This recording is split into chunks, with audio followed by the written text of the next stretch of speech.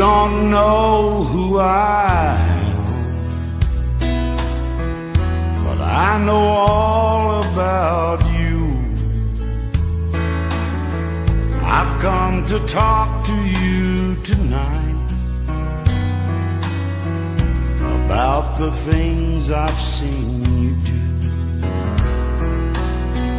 I've come to set the record straight.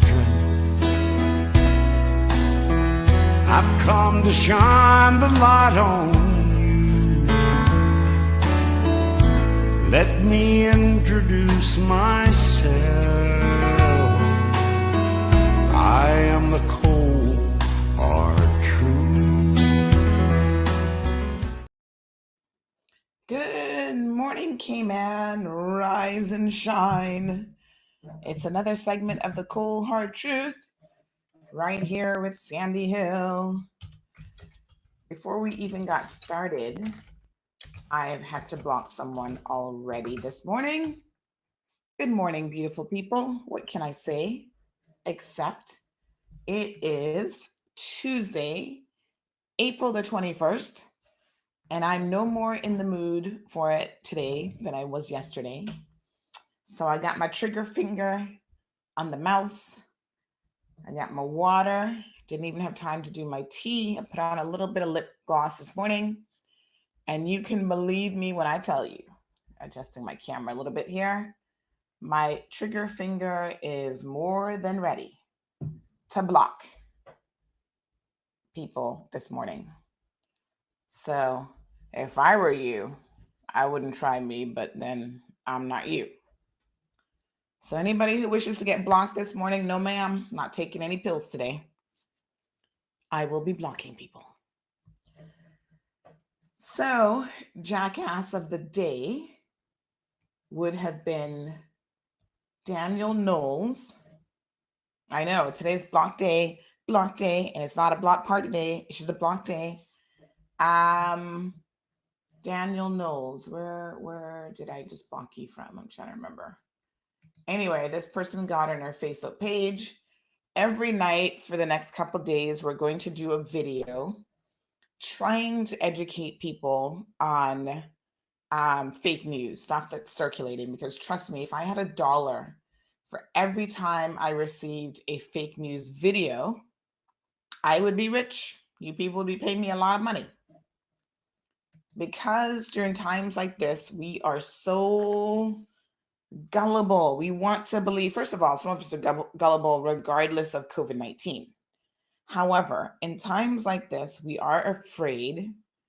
And instead of us researching and seeking out information and trying to educate ourselves, most of us are willing to buy into all of these conspiracy theories. So every single person now thinks that Bill Gates is out to get us all. And it's all about world domination. And Bill Gates is going to develop a vaccine because he wants control of the world. Apparently being the world's richest man with no worries isn't enough. He actually wants to control people or kill people or infect people or whatever the logic is behind it. Listen, the crazy thing is, if someone like Bill Gates never did anything, just lived his personal life, lived a lavish lifestyle, gave his kids all the money that he's earned, all the billions of dollars, we would still be complaining about this man, about how he's doing nothing to help society, and he's a greedy you-know-what, and all these sorts of things. So it's like, you know what the saying we have in the Caribbean, you can't win for losing? I feel sorry for people like Bill Gates because they can't win for losing.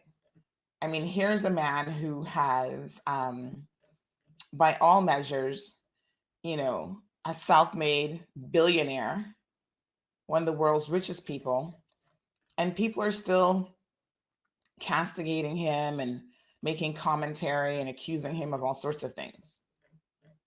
Some people would honestly be like, why bother? You know what I'm saying? It's just not even worth the headache. So Daniel Knowles, I'm going to give you a big shout out. We're actually going to put your picture on here. Claims that he lives in St. Helier, Jersey. So I have no idea why he's even on Cayman Mall Road's page. I guess at some point he must have lived here. We're going to bring up this person because I'm so sick and tired of jackasses. But you know what? He's gotten special mention as Jackass of the Day here in Cayman Mall Road. Go Daniel, go Daniel. You're a jackass. You're a jackass. You need your own song.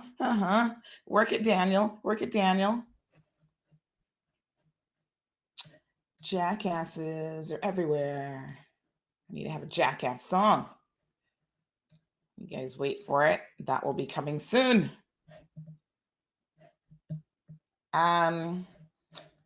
We had done a video last night. Here's Daniel, Jackass of the Day, Daniel. We did a video last night about people who believe this whole 5G conspiracy thing. Now, you can believe anything you want, but at the end of the day, believing it doesn't make it.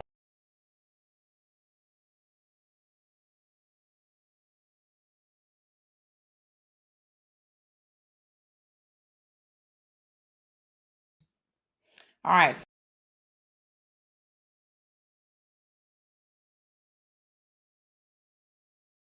Daniel is Jackass of the Day. Congratulations, Daniel. Don't know who you are, why you're concerned about the Cayman Islands, but Daniel loves to get on our feed. And I've seen him before. So he jumped on the one last night about the fake news. And he's like, oh, this is a lie. Everything on this page is fake news. Daniel, you're certainly entitled to your uninformed opinion. But why are you here?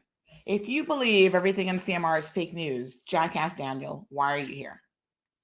Thank you, Daniel. Goodbye. You've now been blocked. Go do something else. All right. We got a lot to cover this morning. I know, Leroy. I had to laugh too when I saw his locks. Did make me chuckle a little bit. Beautiful Jessica is here for it. Dawn, thank you so much, Miss Dawn.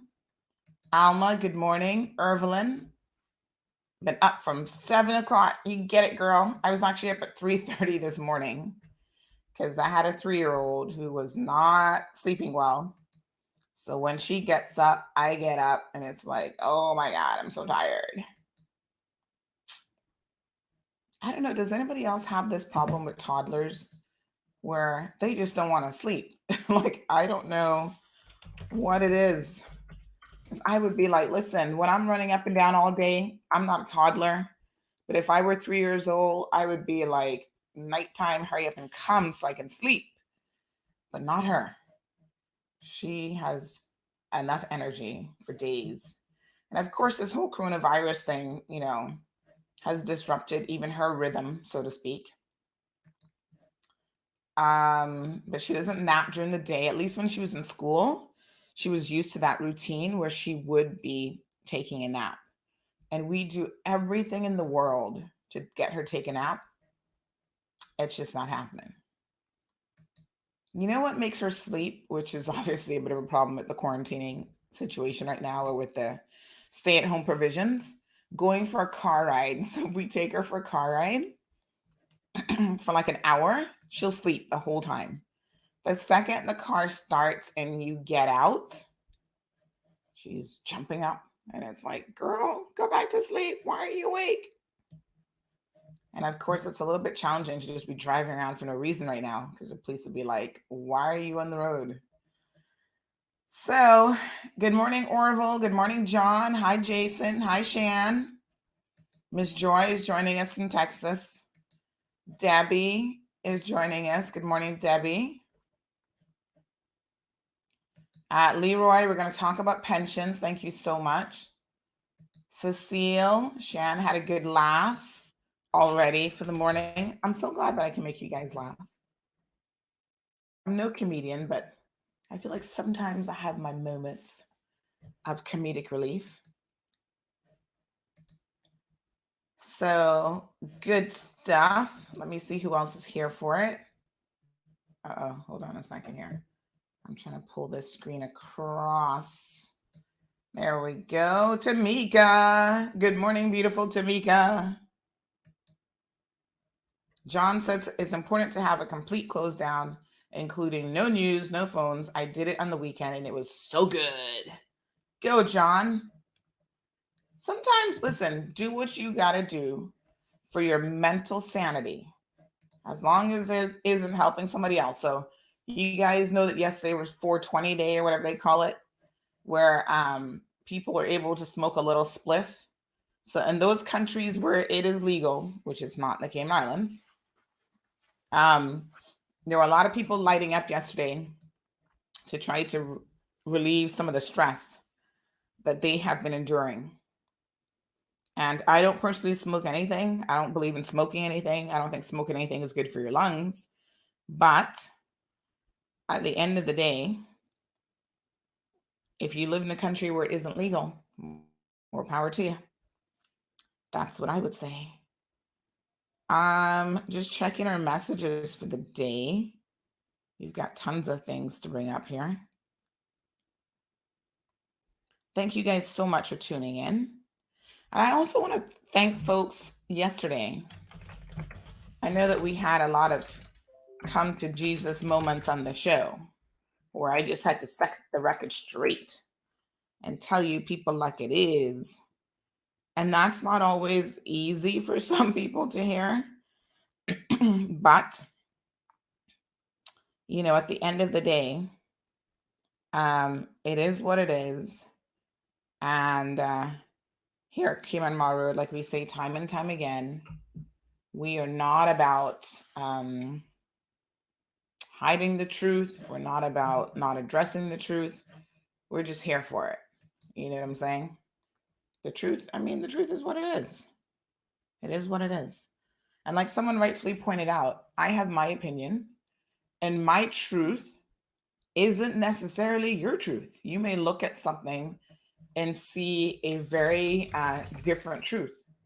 And everyone has a bit of an interpretation that is involved in the truth. And so I say to people, that's yours to own. There's nothing wrong with that. I'm just trying to pull up a video here. Give me 1 second that I want to share with you guys. That was just so funny. We did share it on our page, but this is a good moment for us to definitely laugh. So I'm going to put up this video here in a minute. We're going to do our daily and then we're going to get into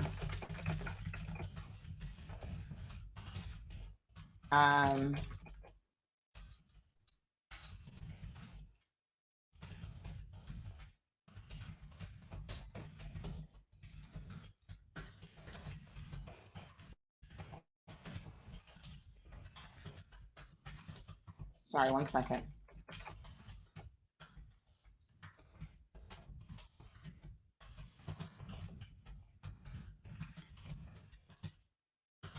All right. Setting tech support some recommendations. Goodbye, Daniel. Yes, remember that song by Earl? I think that was the name of it, by the Dixie Chicks. Boy, I used to love me some Dixie Chicks back in the day. Whatever happened to the Dixie Chicks? They were a female group that were just rocking it. I loved the Dixie Chicks. Do you guys remember them? That was like what? The early, was that 2000s? Gosh, we're in 2020 already. Sometimes it's hard to remember. 2020, you're like, 2000 was when we remember all those conspiracy theories about 2000. It was going to be a world apocalypse and things were going to end and all computer systems were going to crash. And it was this big deal and everybody was afraid. And it was, people were getting in bunkers and it was just crazy. Anybody remember that stuff? And we literally all survived it with little to nothing happening to us. Like, I don't even know if a single computer crashed. That's how non-eventful it was. But of course, all of us were very concerned. The computers were going to be confused, is what we said. The computers are not going to know what to do. It's just mass panic about what was going to go down. craziness.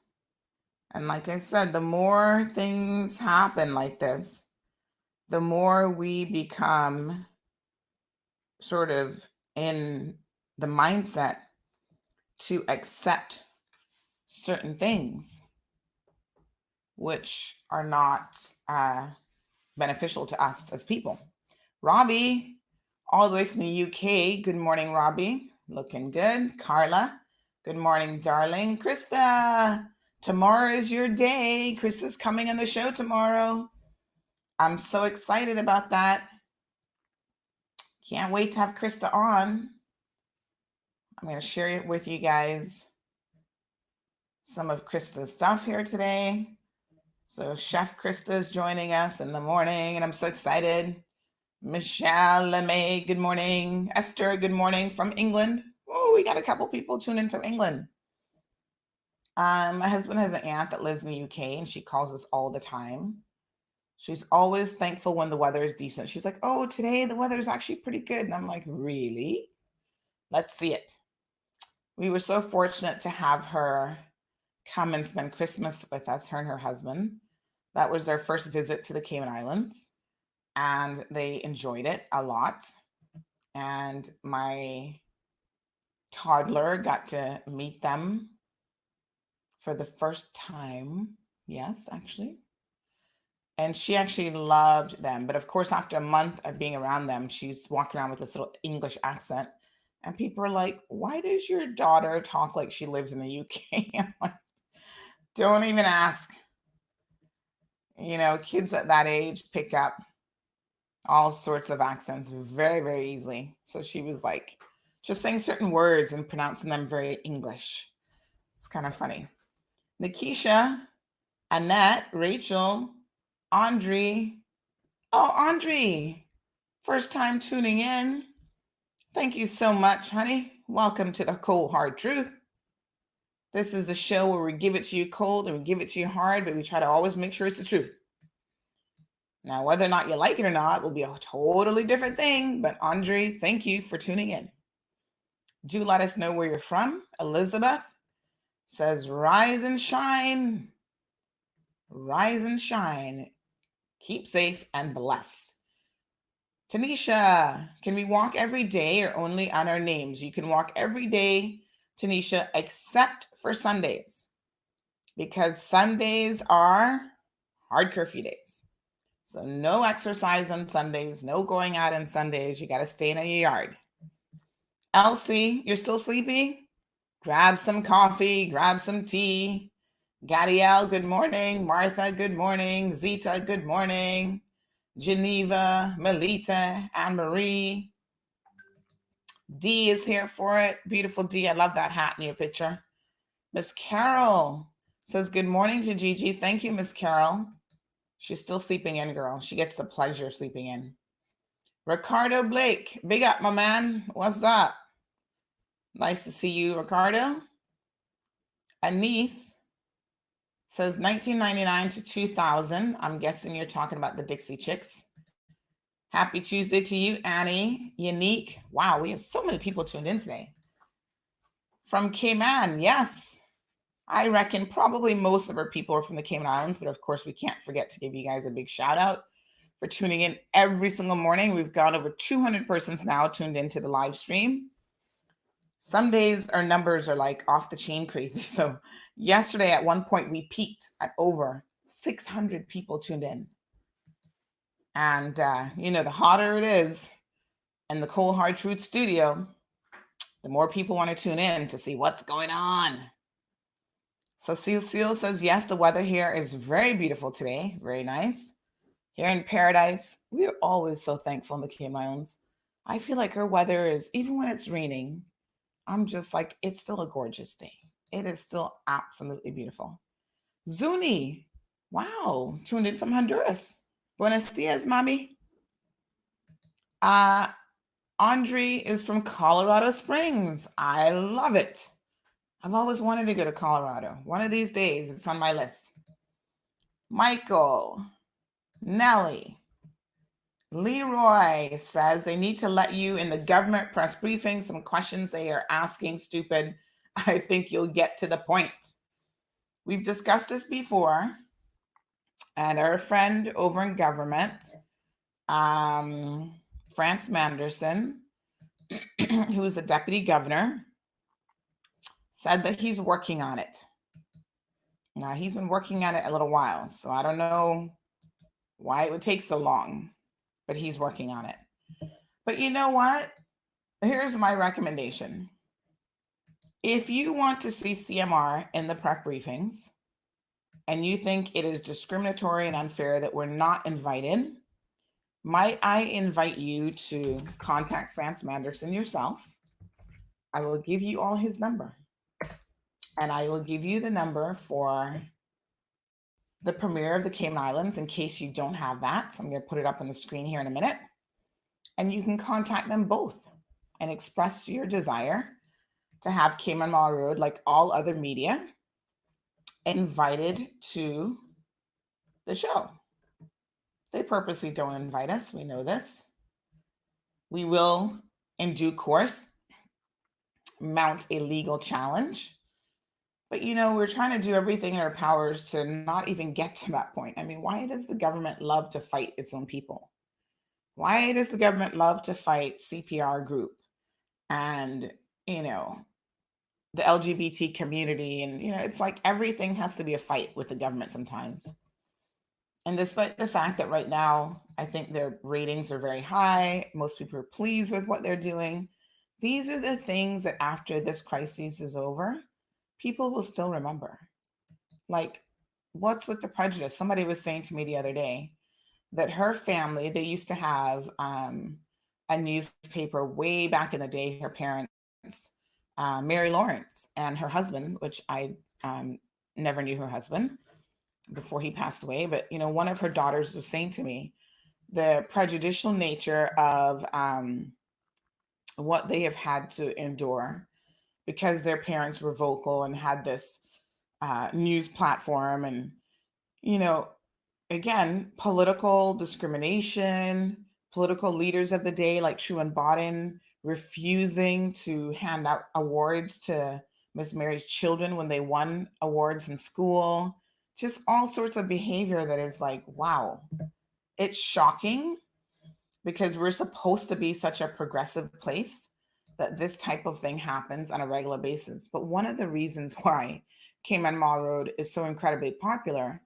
is because we have provided a venue to give people a voice who ordinarily wouldn't have a voice.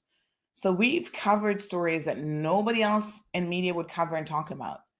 The stories of the poor and the disenchanted and the downtrodden. And so as we started to, be more and more of a force to be reckoned with, the powers that be simply do not like that.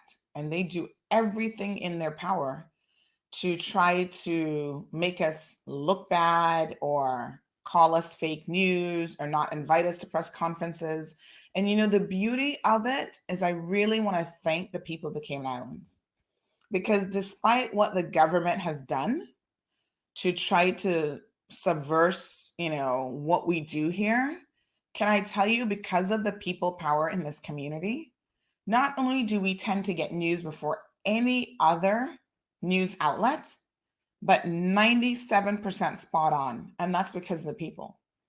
It's like last week, Thursday, we were the first ones to break the flight schedule of the flights coming in on Friday, flights coming in and going, the scheduled flights to Nicaragua, which of course now we know, that it's not happening. And so, yeah, I mean, that is amazing that we had that story out first with the amount of detailed information that we had, 100% accurate. We had all the KX numbers, like everything. And that's because we have developed a rapport here in Cayman Mall Road with the people, and they know that they can trust us. Even when people give us highly confidential information, they know that we will go to jail before we disclose who has provided that information to us. And so, despite the officials trying to hold us back, we are still the number one news source in the Cayman Islands. And that's just not me making that up. You go on social media, Facebook gives you all of the analytics where you can compare yourself. Good morning, Yvette, Sophia, Nastia, good morning. Yeah, so you can compare yourself to other news outlets, and it's just amazing. I'm going to grab a screenshot here and show you guys what people power can do, and this is what it's all about. I mean, at the end of the day, we haven't been stopped in any real way. I mean, let's be honest. Yes, we're not there in the press briefings and we don't get to ask questions, but we're still digging on your behalf. We're still getting questions asked, even if it's behind the scenes. We're still getting the answers for you. We go to the source. Um, we were the first ones that were able to tell you what was going to go down with the Department of Licensing, the plans that they're working on to ensure that the people can still get their licenses, their vehicles registered, which, by the way, I'm going to share with you guys here in a second. I recently did mine and it was so easy to do it online. And I also want to talk about Western Union today as well.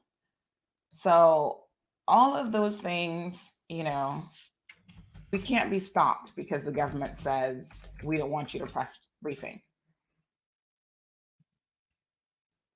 We get that the people want us there, and the people would much rather have a visual and see us asking questions and that sort of thing.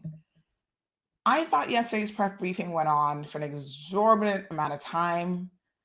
I was just like, Lord Jesus, why are there so many questions? Why is this being, like it just went on and on and on. Like a 2-hour press briefing for the amount of information that was provided wasn't really necessary. But I think one of the questions is because of all of the media questions, that were being asked. It was just crazy. Leroy, why can't you show a picture? A picture in the press briefing? I'm not sure. Good morning from the Bay Islands, Andy. Buenos dias. Thank you so much for tuning in. Nastia says you're the only news source in Cayman because you're all inclusive, gossip, news, entertainment, advertising, everything. Thank you, Nastia, for getting the vision. Sometimes people are like, why are you posting that? That's gossip. I'm like, you do understand what the Mall Road means, right? Last year, I had the opportunity to visit one of the National Trust sites in Town. It's the national, I don't know what they call it, the exact house, but it is one of our national sites. And in there, you do a tour and they show you, all of the wonderful things that are so uniquely Caymanian. And they have a history. They have photos in there and they tell you about the history of all of the persons who lived in that community and some of the things that they did. And of course, we lived in, despite the fact that we didn't think we had slavery here in the Cayman Islands, we did have slavery. And, it was a little bit different because we're not a large farming community. So we didn't really have large plantations in the Cayman Islands. What we had were smaller farms, and most slaves were more domestic slaves. So they worked inside the house or on a small farm, but they were still slaves. And you were simply a slave because of the color of your skin. And that's the reality of what our ancestors lived with. And so a lot of us are a product of that historical backdrop, right? We are the products of slaves. So some of us are mixed, some of us are straight up from, slave descendants of slaves. And so one of the interesting things that used to happen is the white persons in the community, mostly people with the last names like Eden and Bodens, who were very prominent in the Town area, they ran the show. And so Town used to be, as you guys know, the capital of the Cayman Islands. And so they were very much into the news. But the only way they could get the news back then was to send the younger girls, who of course were the slave girls, to town to get the news for them. And that's where the term Marl Road comes from. Because literally they would go out on the road, and back then there were no paved roads, there were no lights. I mean, walking from Georgetown to from Bordentown to Georgetown was not an easy feat. Back in the day, you had to endure being bitten up by mosquitoes and basically walking through the bush. And these young girls would walk through the Mall Road, and they would go into town. They would find out what ships were scheduled to come in, find out if there were any delays with the goods that were projected to be on those ships. And along the way, on the path, you know how it is when you walk through the neighborhood, especially back then, you can imagine having no, barely any shoes on your foot. You're walking barefoot, you're trotting up and down. You would see people on the way, and you might stop and say hi to a few neighbors, and they would get used to seeing, and I forget the lady's name. We actually saw her photo there on the wall. The Mission House. Thank you, Sherry Ann. That name was not coming to me this morning. So this is the Mission House in Town, and you guys can go there and definitely, um, you know, get this story for yourselves. But the interesting thing about this is, along the way, she would pick up not just the official news, and not just, okay, ship so and so is going to be docking in 3 days, so people can start preparing to get those supplies. These young women would also get the street gossip. Who's sleeping with who, and so just had a baby up the street, and that was the official way of getting birth records, and so died. And so they would go to town, and all the way in between Georgetown and Town, they would come back and provide this information to the mistress of the house. And then she would disseminate it not just in the district of Town, but to the outer districts as well. And that's the whole concept of the Mall Road. So a lot of people, when they're on here complaining about, oh, I don't get, Mall Road, you stick to just official news. Nowhere in the world is the Mall Road just official news. The Mall Road is a mixture of everything. So, Nastia, thank you so much for picking up on that point, because it's something that we've been explaining for. We're coming into June of this year. The end of June will be our 3-year anniversary. So we've done so much in the space of 3 years. Thank you guys so much for making us such a success. But yeah, that's what the Mall Road is, and that's how it works. So Jake says that's because you give it real, direct, and not sugar coated. Big up CMR. And that's the other thing. We don't have time to make it pretty and sugarcoat it. We tell you like it is. We get that not everyone likes that approach. Even sometimes when we share video footage of like a car accident, yes, we do get that these things can be gruesome. And those are the realities of life. And some people are like, I don't want to see that. What if that was your family member, et cetera, et cetera. We have been trying to get some video production people on board who can, if it's extremely gruesome, cover up, bits and pieces. But that's what's out there. And that's what's making the rounds on social media. It's what's being circulated and what's up. By the time we post it up, honestly, half of Cayman has already seen it. But you don't have to look at it. And that's what I tell people. You don't have to read Cayman Mall Road. You don't have to look at it. If you don't like the way that we do things, there's always that final freedom of choice where you decide what you're going to take in. Dawn says, Facebook is not giving me notice when you go live. So Dawn, let me make a recommendation, because I know Facebook is very kind of hit or miss sometimes. It can be very, very quirky. What we try to do, especially since we've been doing the morning show, and this again is something new, because we knew that during this quarantining situation, a lot of people are at home in the mornings. A lot of people have questions.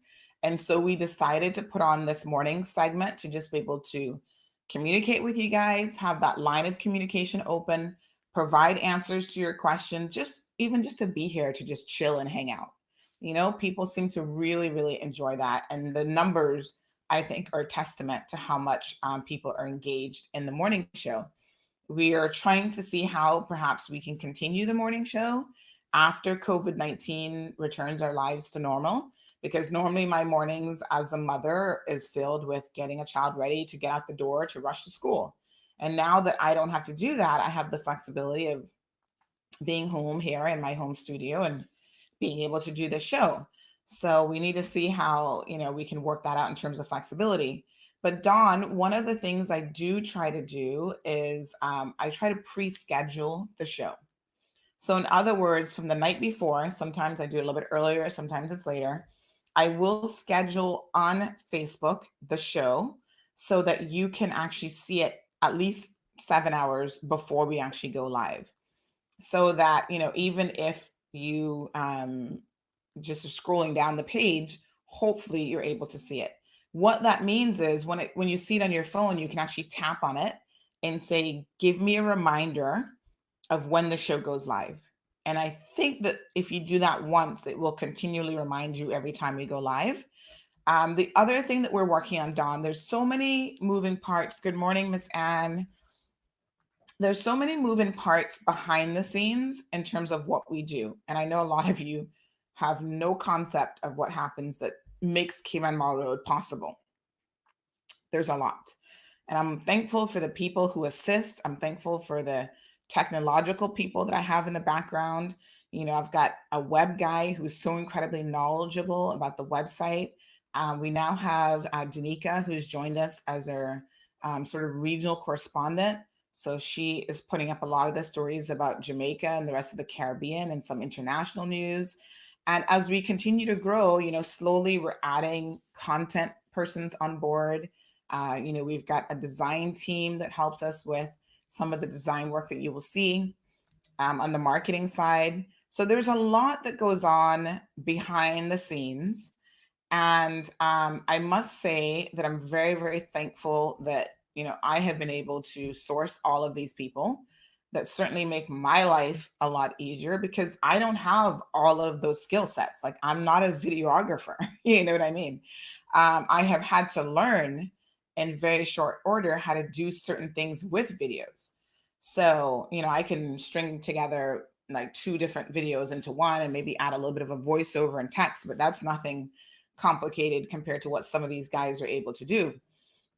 So it's forced me to learn a lot, but there's a lot that happens behind the scenes. There's a lot of camera equipment here. I mean, I'm always trying to improve what we have so that we can improve the video quality. Right now I'm using a Canon, what they call DSLR camera, but ideally I would like to upgrade this at some point. But all of these things take money and take time. So we move slowly with the advances. We're now using a new system to stream the show, which allows us to stream on both Facebook and YouTube, because we are aware that some people want to enjoy the show that simply do not engage with Facebook. And so that has always been one of the requests. And so that's now available. So there's that. I mean, there's just a lot that happens in the background that makes this show possible. So I want to thank all of you for being part of the CMR family, because we get advertisers on board now, and the advertisers like, you know what? Yes, you're controversial. Yes, we know some people don't like you, but guess what? People are there. People are listening. People are tuned in. And so we are, by extension, as a business, as a company, able to reach our audience because of that. And so, that helps us sell advertising. And we have been able to get advertisers on board who support CMR through what they do. And so we really do appreciate that a lot. So, yeah, so we're always trying to improve. We're always looking at, improving our microphones, improving all sorts of stuff. So rest assured that at CMR, we're small, but we are mighty. So we do not have 30 something people like the Compass working behind the scenes, but that doesn't stop us from getting the news first. And we do our best to have the news accurate, because trust me, it does not, yes, we peddle in gossip sometimes, but having erroneous information, it doesn't help us in any way. You know what I'm saying? We like to get it right so that people, and we know people say this to us all the time, if I want to know what's going on, if there's an accident somewhere or something's happened, I don't believe it until I know Cayman Mall Road has it up. I mean, countless times I've had people say that to me. If Cayman Mall Road doesn't have it up, I'm not believing it. So, we really appreciate that level of support. So Carolina says, imagine I had to come to you about money transfer, shaking my head. I couldn't get an answer from anyone else. And yes, that's really what we're all about here. So R. Gomez says, blessed morning, always tuned in. Thank you so much. We appreciate the love. Can you license your vehicle without inspection? The short answer is no. So I'm going to tell you about that here in a second, Odette. Chris says, gossip sells. Your gossip is factual, which reinforces what model it is. There you have it.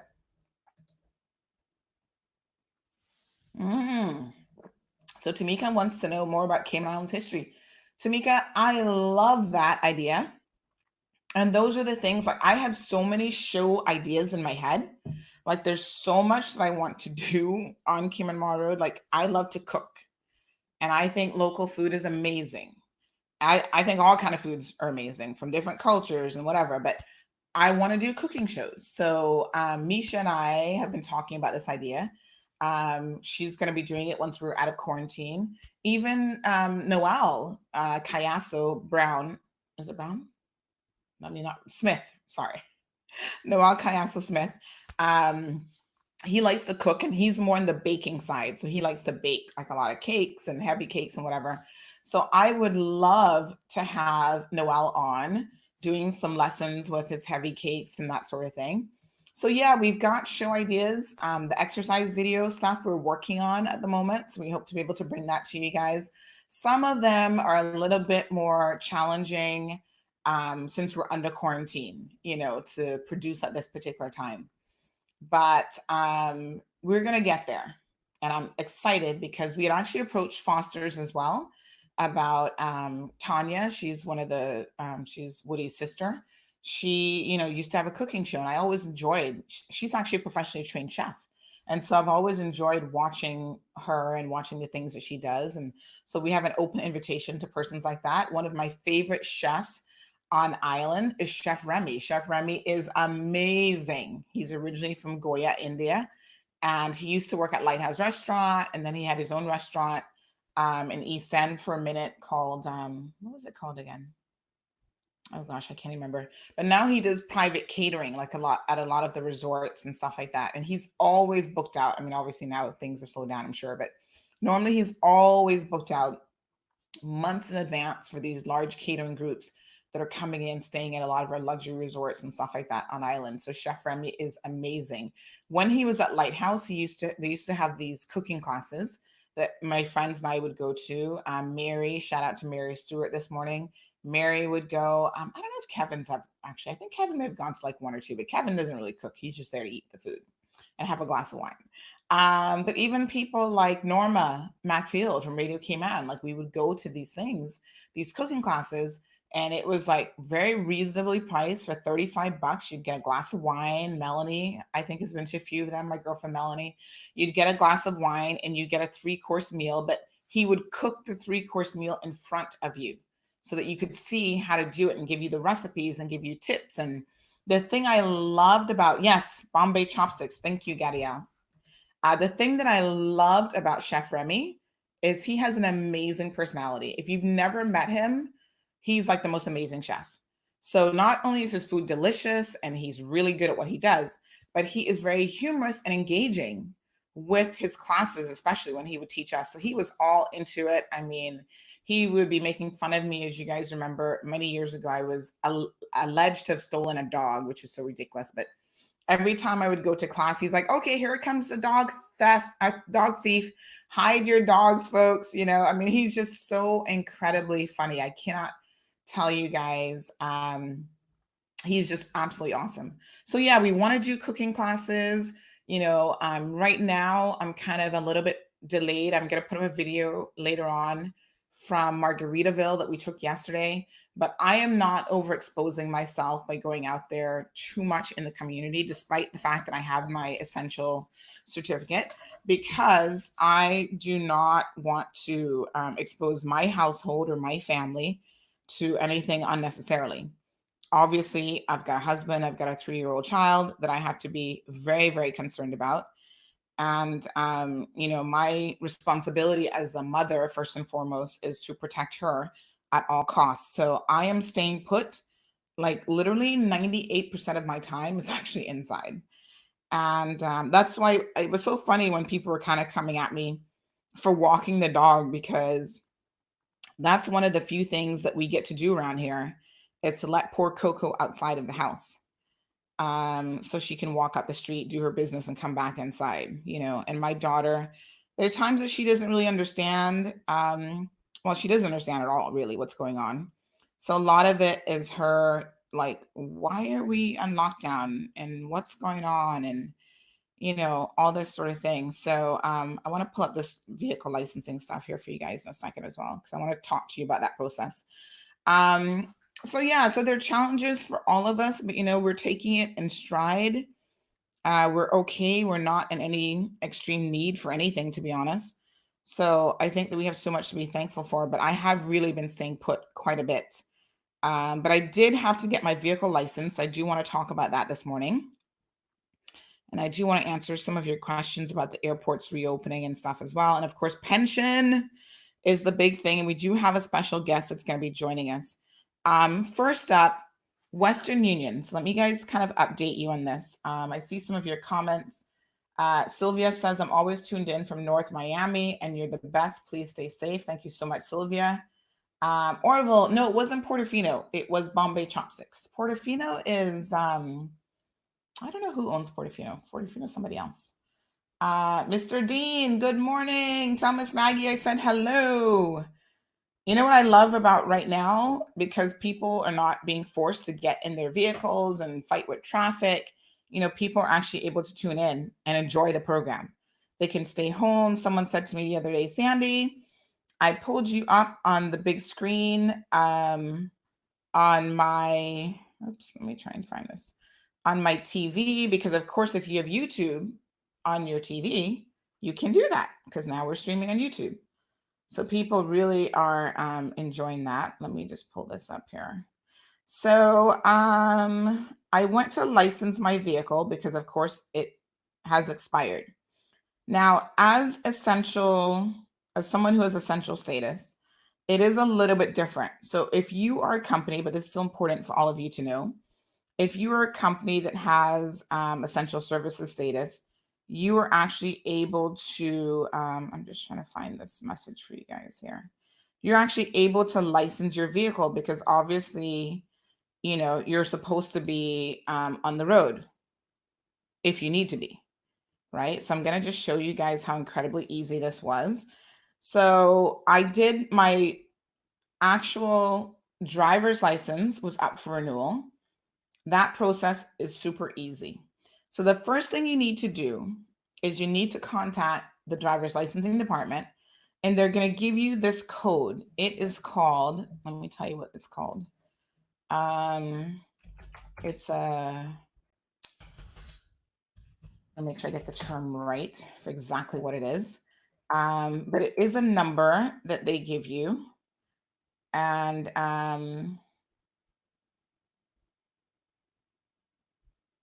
it is called, let me just see here. So you need that in order to do the online registration part for DVDL. So DVDL is Department of Vehicle Licensing. And so that number is, what is that number called? So that was the first thing I had to do. I had to contact someone there to be able to get that number. And I do know of other persons who had to get that number as well. So if you've never used the online system, that's the first requirement. So once it's called an ESID, ESID.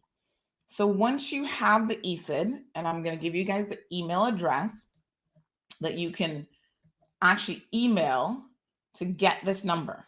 So once you have that email address, then you are able to contact them and then you're able to contact them and get the number, and then you can just go online with that number. So you sign up, this is your first time, you have the number, and then you are able to basically get driver's license renewed.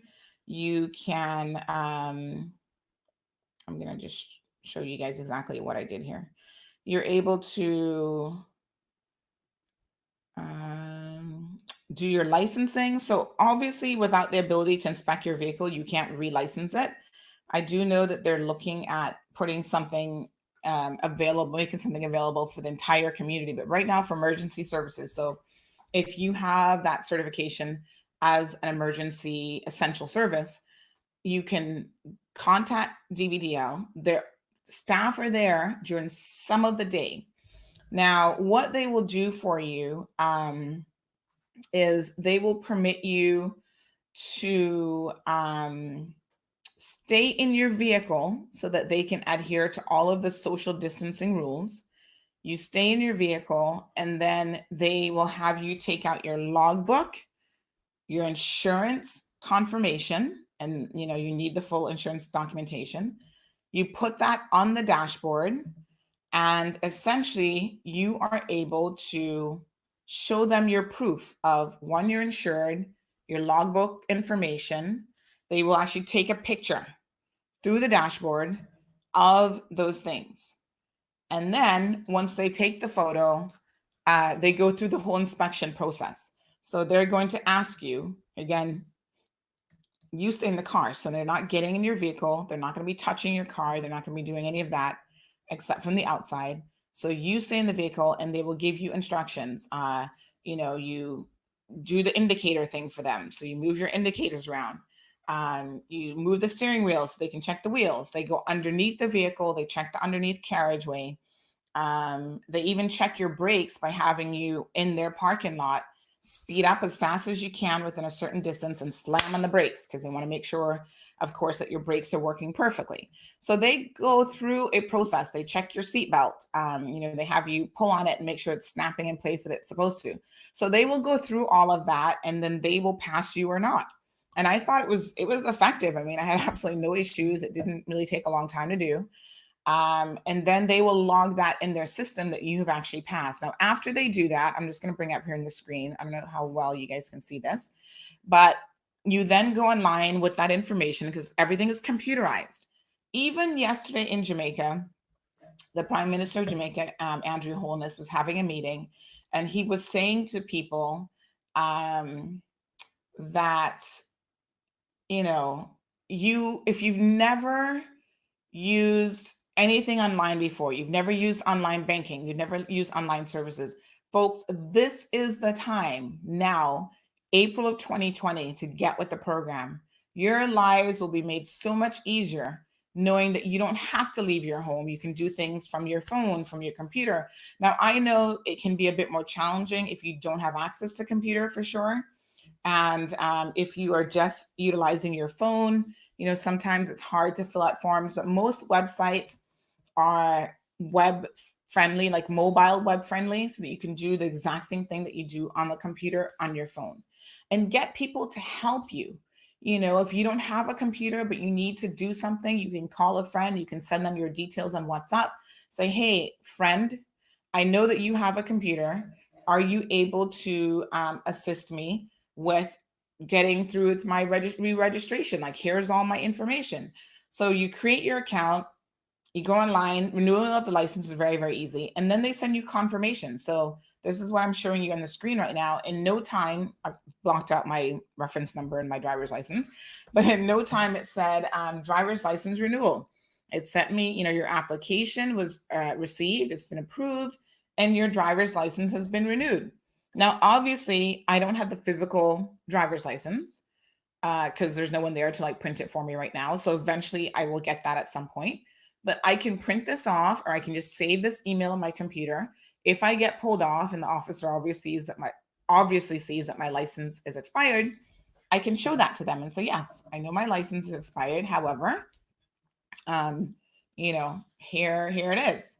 And then this is the one now for registering the vehicle. So the vehicle was, the registration was brought up to date and so on. So government has spent a lot of money on these e-services deployment, and thank God that they've been working on it for a number of years now. You can apply for a business license online. You can renew your business licenses online. I think you can do company registration online because I know you can upload all of your corporate documents in their portal as well. I haven't done the full company registration. So that's when you want to do like a limited company. But I'm going to do that soon and revert back to you guys and let you know how well that works as well. Western Union, I want to talk about Western Union because I'm very much aware that a lot of people do not have access right now to be able to get their pension money. So, Beverly, thank you so much for tuning in from Miami. Renee, I see your question. Give me one quick second. I'm definitely going to get to that. And we do have a guest that's coming on later on. So, I'm going to be bringing Debbie on the show as well. Debbie recently returned from the States. So, she's going to tell us a little bit about her experience in quarantine. Um, so Western Union, I told you guys last week that I sent money to my husband's cousin who lives in Florida through Western Union. No issues whatsoever. In fact, he received the funds the very next day. No problem. Using my Cayman debit card, which is linked to my Cayman bank account with Cayman National Bank. Okay. So I wanted to test how well it would work for someone in Jamaica because most of us are sending money in the region. So, like I said yesterday, there are people on here going on about, well, you up in Jamaica business, blah, blah, blah. Most of us have Jamaican family members. We're very much connected to Jamaica. In terms of remittance in this country, the country with the highest outgoing remittance numbers is definitely Jamaica, and then the Philippines and other places in the world. So it's good to know if these things will be made available to you because now money services isn't open. And I'm telling you, I do not believe the government will open the money services business because they feel like the crowds that would go to those businesses will be uncontrollable. And their remit right now, what they're trying to do is to ensure that everyone stays away, no crowds whatsoever. And so it's impossible, even if you try to introduce the alphabetical system, which, by the way, I saw that that was not working well for Jamaica. The prime minister announced yesterday that he was actually doing away with the alphabetical system entirely. He's expanding the curfew around Jamaica, I think from 6 p.m. in the evenings till 6 a.m. St. Catherine remains in some form of a lockdown, but he's done away with the alphabetical system because it just wasn't working. So it's not going to work in every single instance, and it's not going to work. I mean, we saw how long the bank lines were, despite the fact that that's being done by alphabetical system as well. And part of the issue there is that the banks have decided to only open one branch from 9 to 1 o'clock. So there's only so many remittance services available on this island. And when you look at the numbers of people who utilize those services and who haven't been able to send money in quite some time, the truth of the matter is the premier is well aware that they're going to be inundated with people. So he's not going to take that chance. That's my personal opinion. I don't think he's ever really said why he's not doing it. He's just said that they remain closed. So the alternative, we got to work with what we have. So our regional correspondent, I said to her, I want to test this out. I want to see how well this works. And I'm going to send you some money. So I did this transaction on, I think it was Friday, and I've sent her some funds. I need her to confirm that she's actually received it in her bank account. So I am waiting on that to happen. However, it seems like it went through without an issue. Now, let me tell you about the process. Western Union is very, very strict. It appears that depending on where you're at, they're even stricter because when I sent it to our cousin in Tampa, that was the first time of me using the online system myself because I'm not really a person that needs to send money to people, I guess, ever, really, hardly ever. So, that was the first time using it. I had to register in line. I did use my US address. So I maintain a US address and I did utilize that address for the purposes of registration just because I thought it was easier. Now, I don't know how much that has played into me because it's just an address. It's not, my debit card is a Cayman debit card. So I don't know how much of a difference that has made, but I do know that they put you through the ringer. So because I was using their service for the first time, they called and they had a million questions about that first transaction and about me and the receiver and the whole 9 yards. Fair enough. On Friday, when I did my second transaction now to Jamaica, the first thing I noticed is when I'm online on their system and I select Jamaica, it pops up saying fraud alert, da da da da. Don't be sending money because somebody told you won the lottery and all these sorts of things. So I do think that Jamaica, unfortunately, has acquired a reputation, even with Western Union, of being a country that requires in the compliance world what we call enhanced due diligence. So they're going to ask you more questions. They're going to instruct you to be more cautious and that sort of thing. So fair enough. I clicked yes, I understand. I did the transaction. Now listen to this. For me to send money to the US, it was, I think the fee was maybe 20 something dollars, maybe. I'd have to double check. I can't remember the exact amount. But I was sending, I can't even remember. Let me try and get the details because there is something here I want to tell you about the fee structure that I found amazing. So to send to the US, let me just double check this. I want to get this information correct. So to send to the US, right here we are. We sent $318.40. I know that sounds like a really odd amount, but that's what the person needed. And the transfer fee, this is US dollars, was $15 US. Okay. Not too bad, actually. $15. I mean, I don't know what you'd pay here normally if you stand in line, but I thought that sounds reasonable.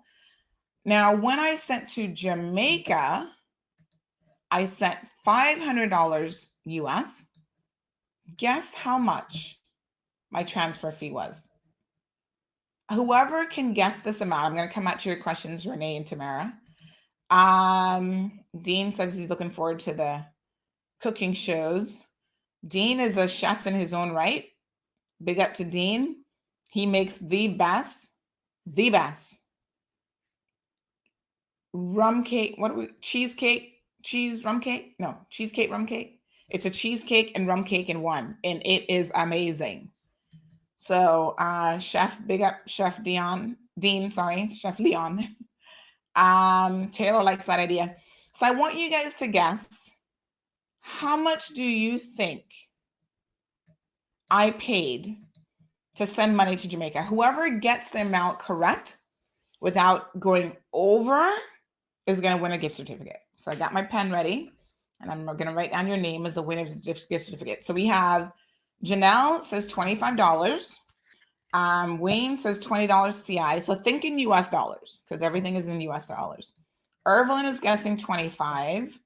Shanice says 25. Tamika saying $12 to $13. Janelle, so 25 seems to be the popular amount. Zuni says $69. Cheese rum cake. Thank you. Thank you, Chef. Leon. Odette thinks $35 US. Wayne says $20 CI. Levita, $28, $40. We got one in at $18. You're all overbidding. Tamika says $12 to $13. You're still overbidding, Tamika. $50 is way too high. Annie says 30. Peterkin says 36.5. That's what the bank, I think, would charge you, Peterkin. That sounds like the bank rates. $18, Chris. You're all overbidding. $1.99 says Gay. Gay, you're close. So far, Gay is in the winnings for it. So Gay, you are our winner, actually, because you came the closest. Let me write down Gay's number. Gay Joy Ebanks. You are the winner of a gift certificate. Popeyes or Burger King, your choice. The actual amount was $2.99. I kid you not. I'm going to pull out this because I know a lot of you are like, this cannot be for real. Yes, it's actually cheaper to send to Jamaica than it was to send to the US a larger amount. Now, I don't know how Western Union figures out their fees and how they do that, but I'm going to show you guys this because honestly, I'm going to pull out some of the information here because I don't want you to see her private details. Like her email address. That won't be necessary. So this was done on the 18th, which I think was Friday. And again, yes, $2.99 US, which is like nothing to send $500. I was like, whoa, that's Western Union. Exactly. I always thought Western Union is like the most expensive way to send money, and they're always so overpriced when you go to Western Union. But for $2.99, if you do it online to Jamaica, that's all it's going to cost you to send $500. Now, I don't know how much money you guys are sending. I'm no big baller, so I ain't got a lot of money to send. However, I think $500, maybe that's the average. I don't know, but here it is. I sent $500. Transfer fee is $2.99. So my total is $502.99. And then they tell you what the exchange rate and what they're going to receive in Jamaican dollars. Isn't that amazing? I mean, I thought that was actually good. Ervelyn, it's no error. It calculates it based on the amount that you're sending and where it's going. So I just need to confirm now that she's received the money. Now let me tell you what else they did. I know, Annie, that sounds crazy, right? I'm telling you, that is a really good amount. I was pleased with that. I thought, wow, that's cheaper than CNB would have charged me. CNB is going to be like 30 something dollars. So, now here's the thing. They called me to verify the transaction, asked a few questions. I'm like, oh God, here we go again. 1,000,001 questions, but it wasn't as many questions as the first time. However, after I finished that call, then I got an email saying that we need to verify your transaction again. And I'm thinking, really, Western Union? Because it's Jamaica, you need to verify it again? So I called the 800 number. They asked a few more questions because they're like, listen, people get scammed all the time, thinking that it's their friend. When was the last time you spoke to this friend? Are you sure it's her that you're sending money to? Because sometimes people get messages and it claims that, you know, this is your friend when it's not really a friend. It's a scammer pretending to be your friend. And by the time you jump up quick and send the emergency funds, it's already too late. So Western Union said, listen, when was the last time you spoke to her? How do you know her? You know she's a legit person. Like, they were giving me the whole, and I said, yes, yes, yes, yes, yes. Answered all their questions. And they said, very well, because the second we release these funds, if you come back to us and say that you were scammed, it's going to be too bad because we are not reimbursing you the money. So we want to make sure you understand. I said, no problem. I know what I'm doing, sir. Thank you very much. They released the funds. Now, CNB, because like I said, I had it tied to my CNB debit card, CNB being the best bank in the Cayman Islands, and I will stand by them 100%. When it comes to their fraud department, they are off the chain awesome. I have never had an issue with CNB because any unusual transaction, they're the first to call or email. Are you authorizing this transaction? So this was after midnight on a Friday, and I received a message from CNB saying, are you authorizing this transaction? Is this actually you? And I said, yes, it is. And they released the funds. So she should have it. And I did it directly to her bank account. So when you go to Western Union online, you have the option of sending it to like a location if you want the person to pick it up. But of course, everybody's trying to practice social distancing. So I didn't want to do that. Like, to me, that didn't make any sense to send it to her that way, because then that forces her to go out of her house and forces her to stand in line for hours and to be around, tons of people, et cetera, et cetera. Hold on one second. I see Debbie messaging me. Debbie's going to be ready here in a second. Give me 1 second, Debbie. I'm going to send you the invite link to join the show. Yeah, so I didn't want to do that. I wanted it to go directly into her bank account. And so Western Union gives you the option to actually transfer it directly into a number of bank accounts in Jamaica. And I thought, this is amazing. So let me show you guys the list of banks. And I think that this covers all of the major banks in Jamaica. So give me 1 second here. I'm going to just pull this up. So yeah, they said, okay, we're going to release the funds on our end. And then, it's now just for her bank to process it on their end, because obviously they're receiving it as almost like an internal wire kind of a situation. So now they have to, let me just see if I can bring this up. So yeah, so they have to accept it as incoming into Scotiabank in Jamaica. So these are the banks. So again, if you want to send, you don't even have to make people go out of their homes. These are the banks that are covered. Oh, sorry, this is the branches. Oh, hold on. So these are the branches for Scotiabank. So once you select a particular branch, let me back up. Once you select a particular bank, then you're able to indicate what branch you want it to go to. So, even when you do an online transaction here in Cayman, it's the same thing. They're going to say to you, hold on one second here. What branch? Is it Elgin Avenue? Is it, in Cayman, it doesn't really matter because all of our banks are like tied in together. So I don't think it matters by branch, but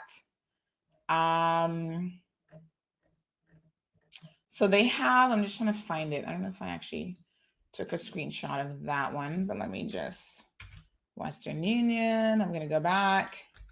So they have Scotiabank, they have, I think it's FCIB.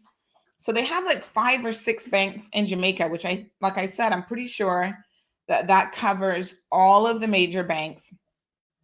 And then once you indicate your bank, then it's going to ask you this next question, which is what branch is it going to? So again, let me just tell you what the banks are, if I can pull that up quickly. So super, super easy. The online part, to be honest, was not difficult. I put in her name in Jamaica, her address, telephone number, email address. That was optional. And of course, her bank information, what bank she's with, and then what branch she's banking with as well, and the amount that I was sending. And that's it. So let me see if I can, and then it gives you that same MTCN tracking number. It says that it's completed. And then the good thing about Western Union Online is it actually saves that transaction. And when you want to resend, like say every single month you need to send this person the same amount of money, all you have to do is click on the resend option and you can resend. Just as simple as that. And it saves that receiver's details. So you do not have to constantly fill out a form to send it. So I'm just here. I'm going to see if I can share my screen with you guys. Give me 1 second. I know that I can actually I can actually share my screen. So let me just try this because I want you guys to see kind of what I'm doing here. So let's do share screen. And yeah, because I think, again, this is something that's incredibly useful to a lot of you. So let me see if I can share some of this with you. Device not connected. Okay.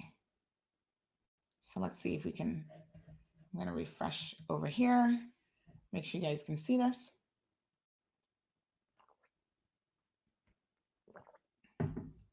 Because it's so much easier if you see it, as opposed to me just telling you what I'm doing.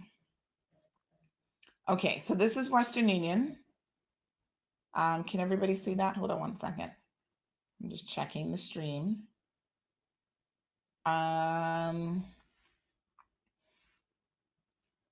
Of course, now the internet is slow. Okay, yes. So you guys can see that, right? Let me see if I can make it full screen. So hold on 1 second.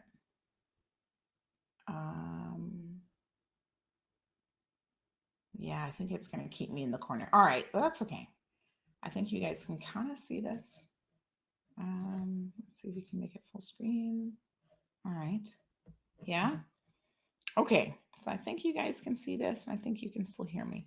So basically, what this is now, this is Western Union Online. It says you can send money, you can pick up cash, um, transfer,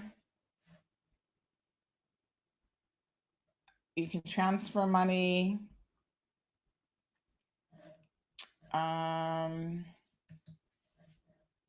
so hold on one second here. Debbie, I see you. I'm gonna come to you in a second. So if I want to, I pick the country and then I say, oops, all the way at the top. It's an alphabetical order.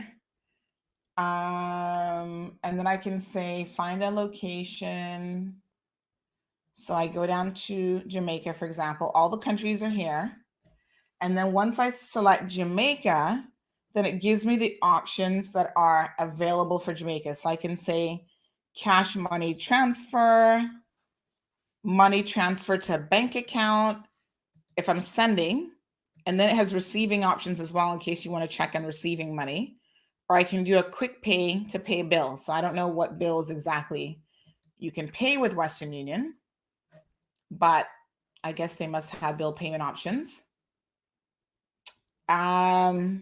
So what I did, because again, I want to send it directly to her bank account, I select money transfer to bank account, start, and it says start online, finish in a store. So this is if you wanted to pay for money transfer, and it has Amazon pay codes. I know somebody just mentioned that there are the smart apps and stuff on your phones as well. So after you select that, and you can put like the city or country. So say Jamaica, and I want to say Kingston, and then I say go. Right? Then it brings up this next screen. It has a map of all of the Western Union locations within Kingston. These are the actual locations with contact numbers. But I think if I want to, I think I need to go to this one that says send money.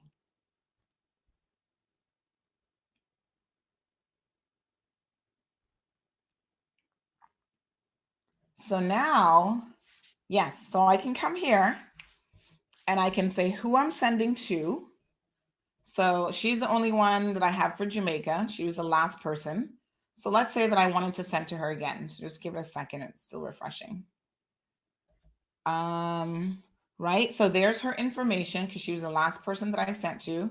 Bank of Nova Scotia.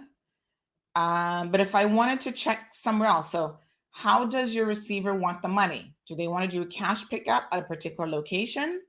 And then you would choose the location, or do you want to do bank account, which goes directly to their bank account? Then it says to me, how would you like to pay? Am I paying from a credit card, from a bank account? Now, I assume if you're going to do it from your own bank account, which this part may not be possible here, unless this is probably a US bank account only, and that's why the fees are $0. So again, if you've got friends in New York and whatever sending you money from their bank account, it looks like it could be free. So I haven't tried this particular option, so I don't know about that one. So I did debit card because that's my CI debit card. And you notice it takes a little bit longer, 0 to 2 days, which is still not long at all. Fee is $2.99. And then I say continue. And then I don't know if it's going to ask me, since I have her already selected, if it's going to ask me for the bank information again. It may just it may have already saved that information. Let's see what it does. Okay. So now the first time I did it, this was a screen where it said, so you see this is the message that you get. And I don't recall getting this when I was sending this to my friend in the States, or cousin, but maybe, I don't just remember, but protect yourself from fraud. Only use Western Union to send to friends and family. So it's not for business transaction. They're just reminding you of their rules and that you need to be extra, extra careful. Emergency situations that you haven't confirmed, online purposes, it has all this, right? So they have a fraud hotline. And I say, yes, I got it. And now it's saving her information. So before, though, it gave me the banks that I could, let me just go back. It actually gave me, yes, I want to cancel this. It gave me the banks that I could select from.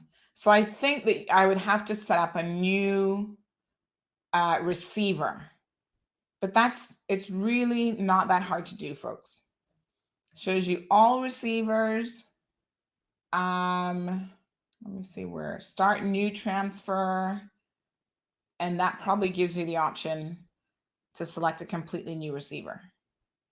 So you do have to kind of fill out their information. Yes. So like, send to someone new. See that at the very top? And then that's where I'd click to send to someone new. So when I click on send to someone new, then it's blank. I'm sending to Jamaica. The rest of it remains the same. I say continue. So at some point it'll come up with the list of banks in Jamaica that I can actually select where I'm going to be sending it. So I think I have to add a receiver first and that sort of thing. But eventually it does come up with that information. So here we go, bank name. So this is part of the receiver's information. So we have Bank of Nova Scotia, First Caribbean International Bank Jamaica Limited, First Global Bank, National Commercial Bank, and Sagicor Bank Jamaica. So that's 1, 2, 3, 4, 5 banks. I think that's pretty good. And I believe that that covers all of the major banks in Jamaica. So check it out, folks. $2.99 is really good as far as I'm concerned. I think that's an awesome amount. And so hopefully that information is helpful to you. So let me see some of your questions. I need to back up. I know quite a few of you are messaging. Debbie, I'm going to get to you in a second. So Blessing, Simone, Christopher. Yeah, Sandy was shocked by that as well. That was a good amount, $2.99. So Wayne says that's crazy. JN would probably rock up a decent $50 to $20 CI.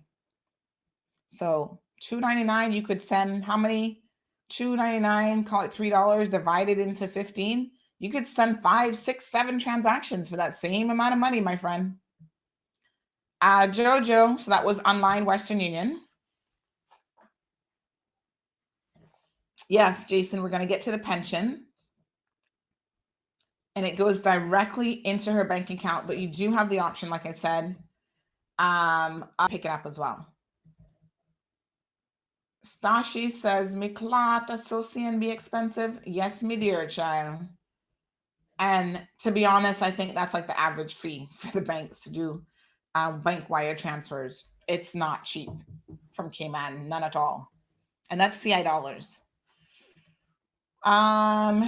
Yes, folks. So check it out. Horace says, which bank in Jamaica? So we've just seen that. We got 5 banks to choose from. So Joanne says they used PayPal to send to Jamaica yesterday, and it was $12.67, and they received it same time. Yes. I find, though, I'm going to tell you the thing with PayPal. Because we are sending from the Cayman Islands, I think PayPal, it really depends on where you're sending from. And of course, this is the same debit card that I have linked to PayPal. PayPal takes money out of what I'm sending, and they don't tell you what they're going to take out. So they see it as like a business transaction. Like we don't have the option from Cayman, and I don't know, again, where Joanne is, but we don't have the option of just sending to a friend. So when you send money, they assume that it's coming from the Cayman Islands, that it's a business transaction. So they deduct an amount. So in fact, our cousin in Tampa, the first batch of money we sent was from PayPal. And that they took out like, I think PayPal took out like 40 or $50 or something ridiculous.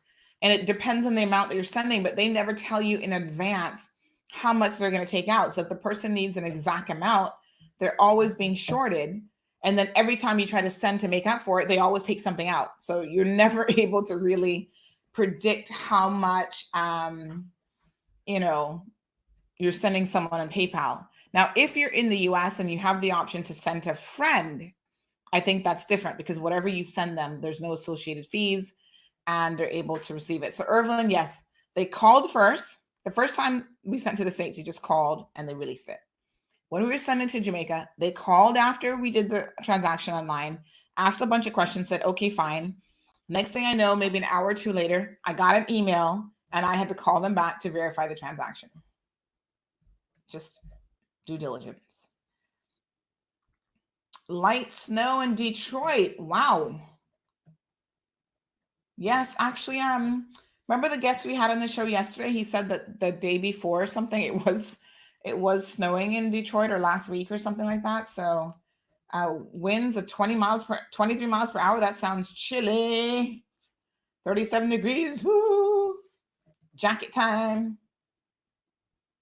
Yes, Western Union gives hell before the money is issued. I hate that because people are very aware of scammers these days.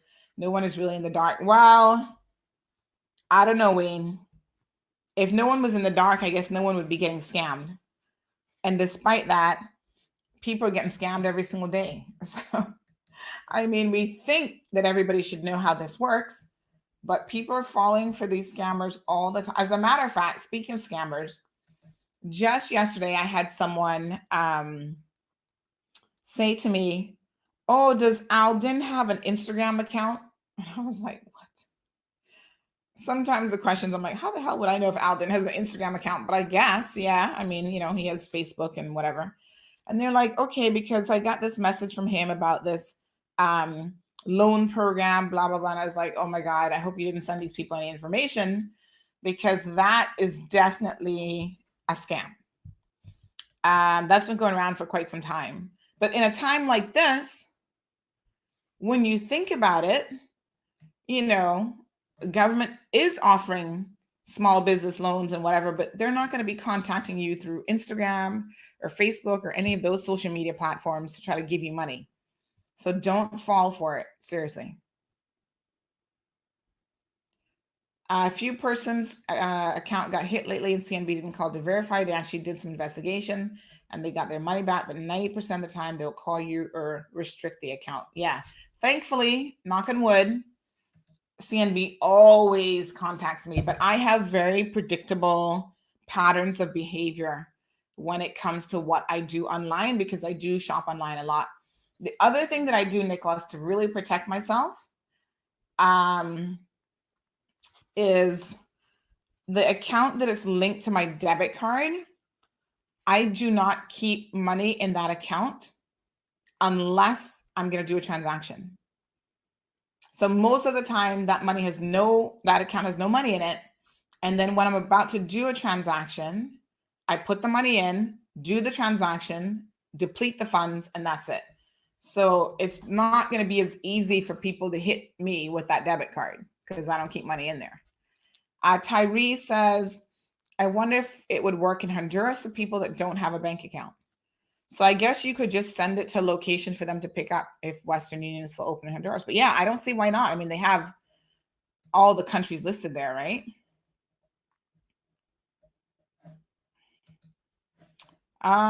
Peterkin says, thank you for the information. You're most welcome. Yep, so true. When they seek overseas, they call to find out if you're the one using the card. Yes, indeed.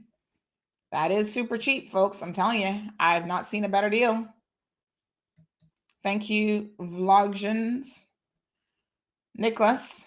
Okay, we read that already. Yes. All right, Trevor, can you share the link, please, for the app? So this was online. So I will just give you Western Union's. It's just westernunion.com, basically. But I can put that here for you guys. The app, I haven't used it for my phone, So maybe that will be the next thing I'll try. Wayne says that he thinks that you can pay. It's in the Play Store, the Apple Store. You can pay utilities and college tuition. Yes. Listen, online banking is the way to go. Louis says it's very simple to use as well. So Nicholas, just to be clear, I did use a US address. I'm using a Cayman issued and Cayman bank account linked debit card, but I did use a US address. So I tried to download it and it wouldn't complete in Cayman. Kimoya, when you say like the app wouldn't download or the transaction wouldn't go through? Mr. Leon, you're most welcome. Yes, they may have lowered their fees. I mean, I don't know. Because like I said, that's the first time. I've never used it before. So yes, check out westernunion.com. Thank you so much, Ingrid, for your condolences. I appreciate that very much. MoneyGram online yesterday sent money to Honduras. I've been waiting for more than a month. Wow. Yeah, a lot of people need to send money, and it's hard now to do it when locally those businesses are closed. All right, Debbie. Debbie, are you ready? We got Debbie from Cayman Brack who's joining us, but right now she's in quarantine. So let's have a little chat with Debbie. Good morning, Debbie. How are you? Hi, I'm fine. Okay, now I know we're going to get some feedback on your end. The only way to do it is if you plug in a headset, which you probably don't have. Nope. Okay. Well, folks, we got to work with what we got. So you might hear some feedback. Sorry. Yeah, I think that Debbie, if I plug in a headset on my end, it might help. Let me go get a headset. So let me just run a commercial real quick, folks. I love that we can do commercials now, by the way. So I'm just going to queue up a commercial. I'm going to grab a headset because I think even if I plug it on my end, it'll help with the feedback. And then we'll only be hearing feedback from one side. So give us one quick second. Debbie, commercial coming up. Folks, support Let's Eat. Check out their new app talking about doing stuff. Cayman's restaurants have always been there for you.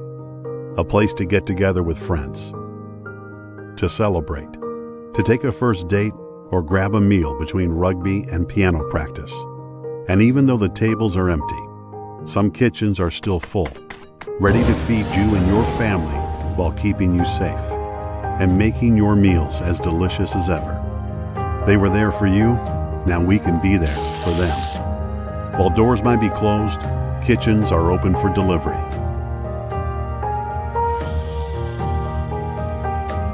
Let's eat.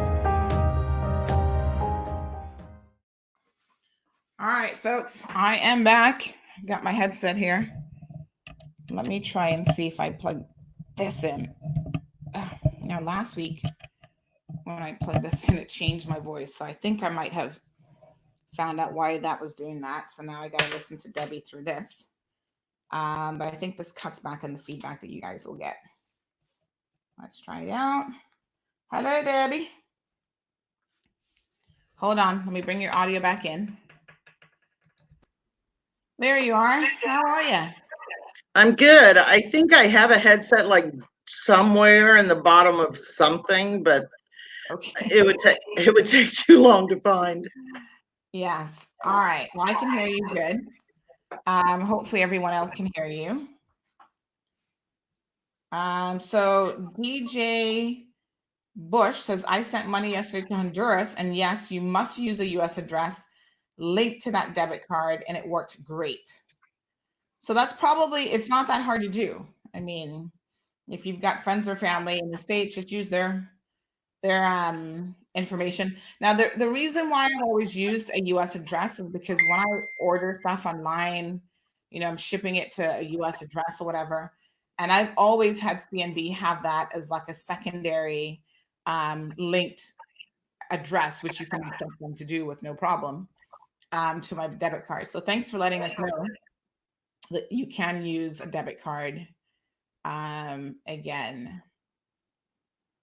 So Eddie says, Beverly Campbell, I've been trying to get in contact with you. So people are linking up here on CMR. Okay, Debbie. Yeah. Welcome to the Welcome. Thank you.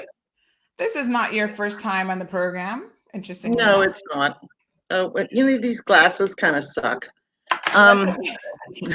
But you joined us before. Oh, hold on. I got to take this dude off the background. That was our jackass of the day. Hold on one second. There we go. Now he's gone. We had to block him. Of the day. I know. We've been doing that new segment here on Cayman Mall Road. Girl, you're a mess. Yes. We have now removed him from the show. So beautiful. Goodbye, jackass. See you later. Oh, help me, Lord. I know. Some days it is just too much. Girl, my jackass of the day is a mile-long list, okay? Oh my God. Wow. And I hesitate to say who is for that. I hate to say who is the first on the list, but we'll not go into that. Oh, sounds interesting. All right, Debbie, thank you so much for being here with us. Yes. Tell us a little bit about your situation. So we know that you've been cussing and carry on social media. Some of our viewers have seen your comments and they're like, who the hell is this crazy white woman talking about she's trying to get back home? They actually thought that you were stuck in Cayman trying to get out. And when they sent me a message, I'm like, no, girl, that's Debbie. I'm like, Debbie lives in Cayman Brac. She's trying to get back here. Cayman is her home. She's not trying to go anywhere. My husband got sent to the States for a medical. Okay. He works for the government. Yes. And we are Caymanian, and our primary residence, like, we don't live anywhere else. We live on Cayman Brac on Pearl Avenue. Okay. And that is our home. And we have like 5 pet goats, 3 dogs. I can't even tell you how many cats. And 4 chickens. I mean, that's where we live. So he went on a medical on February 20th and went into the hospital on February 21st. He was in the hospital a month.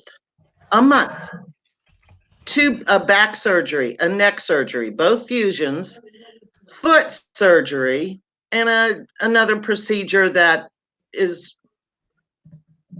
TURP. It's called a TURP. Anyway, so he gets out, and in the meantime, this coronavirus comes up, and now we're quarantined.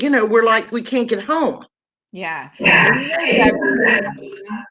Obviously, you might want to, if you probably turn it down on your end just a little bit, because I do hear a little bit. Girl, I don't know how to turn anything down here. Turn on the volume that's coming out of your speakers. But yeah. Oh, okay. Hold on. Turning it down. Yes. I did it to 50%. All right. So yeah. Is that better? You'll have to hear it. So yeah. So obviously a lot of people, nobody anticipated coronavirus, despite the fact that we've actually been talking about it since January on this program here in Cayman Mall Road. We've been writing articles about it. A lot of people were still woefully ill-prepared. Like they were just not paying attention to this thing. And they didn't think that coronavirus was going to get so large that countries around the world would be shutting down their borders. So there are other people. We're going to have Flo and her brother joining us. They're still in the US, still going through medical procedures, still trying to get stuff done. And yeah, they are in a similar predicament in the sense that they got stuck in the US. Our borders are closed. The US borders are closed to a certain extent. So yeah, what on earth? I mean, it's crazy. So that was, I mean, we knew about it, but I mean, my husband was like kidney failure or coronavirus shut down, or we never knew it would shut down, but we didn't care. I mean, it was kidney failure coming up. So yeah, we're going, period. And that's that. And so we got stuck there at my mom's house. Mm-hmm. I don't know if you noticed the eye rolling. We got Oh, stuck Debbie's there. rolling by her mom's house. So that was in Texas. Yeah, that was in north of Houston, in Magnolia. So I mean, we have a bedroom there, and we have a bath, and we have a car, an old, 20-year-old car there. Yeah. So that's why we go there, because we don't have to put out for a hotel and a rental car. Okay. And plus my husband's doctors are there, and they know his specific autoimmune situation. So Okay. so fast forward. So fast forward. We're stuck in a bedroom. You're done with all your medical stuff. Right. And you're starting to realize that, oh my God, Cayman has just closed its borders and you are stuck in Texas for the foreseeable future. Yeah. And I am like, and I was telling you, Debbie, you're stuck for the foreseeable future. You did. And I'm like, oh my God. I called the travel hotline. I emailed. Debbie, how do I get home? And I said, call the travel hotline. This is the information, because she's about to kill somebody in Texas. I cannot stay here another minute. Oh yeah, I was on that verge. But anyway, we won't go into that, because that would be jackass of the day #1. Anyway, so I kept messaging and I was all over Facebook, like, I just need to get home. My goats. We FaceTimed with sorry, Debbie. Like every couple of days. Okay. FaceTiming the goats? FaceTime with our goats and our dogs. Okay. So like, we miss our animals. Oh my goodness. Yeah. So finally, after all my emailing, messaging, all that other business, I get an email, and I noticed it at 3:00 in the morning, Wednesday, before we got here. And it was like, you're ready to go, and I got to get there from Miami. And I'm like, I got to get to Miami. Yeah. So I wake up in the morning, I got up early and get up early. And so got all my arrangements made, American Airlines, my hotel to catch the flight to Cayman the next morning on Friday. Well, in the middle of the afternoon, American cancels. Oh, wow. In the meantime, we've got to go shopping for our suitcases, shopping for our food, because we didn't know what the situation was going to be in quarantine. So we bought a bunch of those complete meals and stuff, and just had a bunch of stuff we had to do. And we had to fly on Thursday evening about 5-ish. American Airlines cancels on me. Wow. And I freak out. Spirit's got one. So I get on Spirit, which is double the price. Thank you very much, because I had to pay for bags and I didn't on American. Yeah. So we get there, we get to Miami, we get to the airport 2 hours before, because it was supposed to be at 11:30. And it was late, but that was fine. I mean, we didn't really care. So the flight situation was like, you get on the flight, you had to use hand sanitizer before you got on. Everyone had to wear a mask. No one could board if you did not have a mask. So did they give you a mask, or did you have No, we had to source masks from Jeff's ex-girlfriend in Texas. Well, we're friends with her, so I mean, it's not like this is like his high school love. Yeah, anyway, so we got them from Kroger's, from the manager, because she said that Jeff was her cousin. So anyway, so we get masks, and we're getting on the flight, and it's pretty distanced, like, I would say it was like half full or maybe 3/4 full, whatever. And good flight. It was World Atlantic. That was the airline. Nice people. Everything was great. Got here. You get off the flight, You come, and you know what was the nicest thing is every person throughout that airport, every time, because there was a lot of people, they took your temperature and This well, was Miami. This is Miami International Airport. no, this is when you got to Cayman. Oh, this is here in Cayman. Okay. What Yeah, was, so what was the vibe like in Miami International Airport? there's hardly anybody in that There's airport. hardly anybody there. I mean, there were maybe 3 flights in the whole airport. There was no one in there. Wow. It was unbelievable. Same with Houston Airport, Intercontinental, same thing. No one. So anyway, they take our temperature at Owen Roberts. Yeah, Owen Roberts. Roberts, yeah. They take our temperature, and then we go through, and every person said, "Welcome home." And you know something, that was so nice. So Mhm. nice. So then we go to baggage, grab our baggage, and then there was a table, and you went there, said your name, and they gave you your room keys. Okay. And so then you know where you're staying. So Coming on the flight, they were well organized. Had it was lined. like everything was like streamlined, well executed, professional. It was perfect. So we grab our room keys, head outside. We have to go to a certain bus, which, okay, now the school buses were ratchet. Okay. But hey, it's a free ride. Sandy. You know what? I guess government owns the school buses, and they don't probably own any other kind of bus. So, and no one will help you with your luggage. No one will help you with anything. Okay, because they don't want to touch anything. Right. Same with Miami and same with Houston. I mean, it was all airline employees. There's no porters. No one will help you. Yeah. Nothing. So my husband's had a fusion in his back. I need a fusion, which I talked to my doctor yesterday morning. I mean, I need a fusion really bad. And my husband's had a fusion in his neck. So we are having to lift these bags over the partition in the front of the bus. I mean, all I have to say is then we had to sit on the bus for like an hour. It just was a hot mess.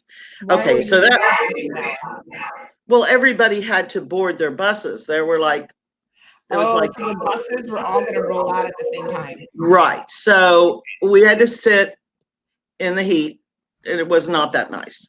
Anyway, so the buses were ratchet. That was the only thing I have an issue with. But one tour bus goes to Margaritaville, and then the rest of the buses, and we happened to be in the first bus, and that came to Comfort Suites. How many buses? So, I think there were 7 buses, maybe. Okay. And they're not full. Again, we're distanced around the bus. Okay, so there's not that many people on each bus. And I guess on the flights, how were people spread out? Like, were you sitting right next to your husband because the two of you were together as a couple, and then they distanced people in between, or how did that work on the plane? Well, it was a 3-seater, and we had a seat between us, which I would prefer that anyway. But there were people like they were not close to us. So like 2 rows up was somebody, and then 2 rows up from them was someone, and across was just one person, and it was distanced. Trust me, we were all 6 feet apart. And same with the buses, the same thing. We were 6 feet apart. Okay. And so we all rolled into Comfort Suites, and they distanced us. So like they started at the beginning of the bus, they grabbed all their luggage, they got off, and they went to the door. And then someone could get off and stand outside the bus. And that person either needed a trolley or they didn't. And so they got them up to their room. They gave you all the paperwork you needed to know what the rules are here, because there are rules. Right. And then the next person, and so on and so forth. Anyway, so we got in, we're on the 5th floor, and the rules are basic. I mean, yeah, it's like you're living at your house. So, I mean, I'm not gonna get drunk and bust up this place or anything. So, but you're not allowed any alcohol. There is no smoking. And thank God I quit smoking 6 months What? ago. Yes, ma'am. I had to quit smoking for my surgery. So I quit. Smoking? I quit smoking after 45 years for my surgery. Congratulations. Thank you. And I mean, I wouldn't, girl, I wouldn't have made it if I was a smoker, because there are people I've heard that are smokers and they're not even allowed to smoke on the balcony. Wow. You cannot. So yeah, so I'm good. I don't have to worry about. Oh yeah, I didn't know you could. Yes, ma'am. I had to. I can't smoke having this surgery. So, and the doctor just told me he wouldn't do surgery unless I quit. So I did. Wow. And I'm good. I don't even miss it, except when I see a TV show. When you see a TV. Yeah, and they're smoking, and I go, ooh, I wish I had one. And while I was in Houston, I will say that I was so stressed where we were living that I almost started again. Oh, wow. I almost did, because I was so frustrated and stressed. Anyway, that neither here nor there. Let's go back to this. So the rules are, That's very good news. Congratulations. Thank you. So you get in your room. I mean, it's a nice room. It's, it's got a little living room and a dining room and a kitchen and a bedroom and 2 bathrooms. I'm quite happy. This is a nice room. And I imagine that everyone else has pretty much just a room with a bed. You get a full suite. So what happened? Okay.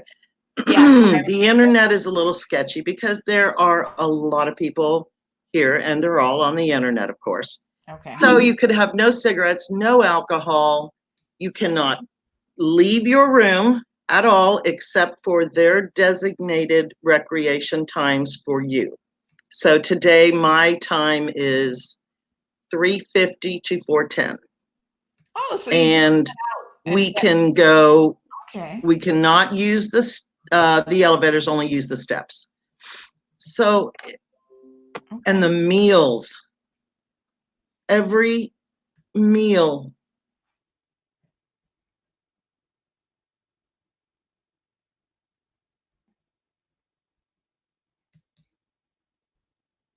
Uh-oh. Hello, you can hear me? Oh, there we go. There we go. You were going to say every meal.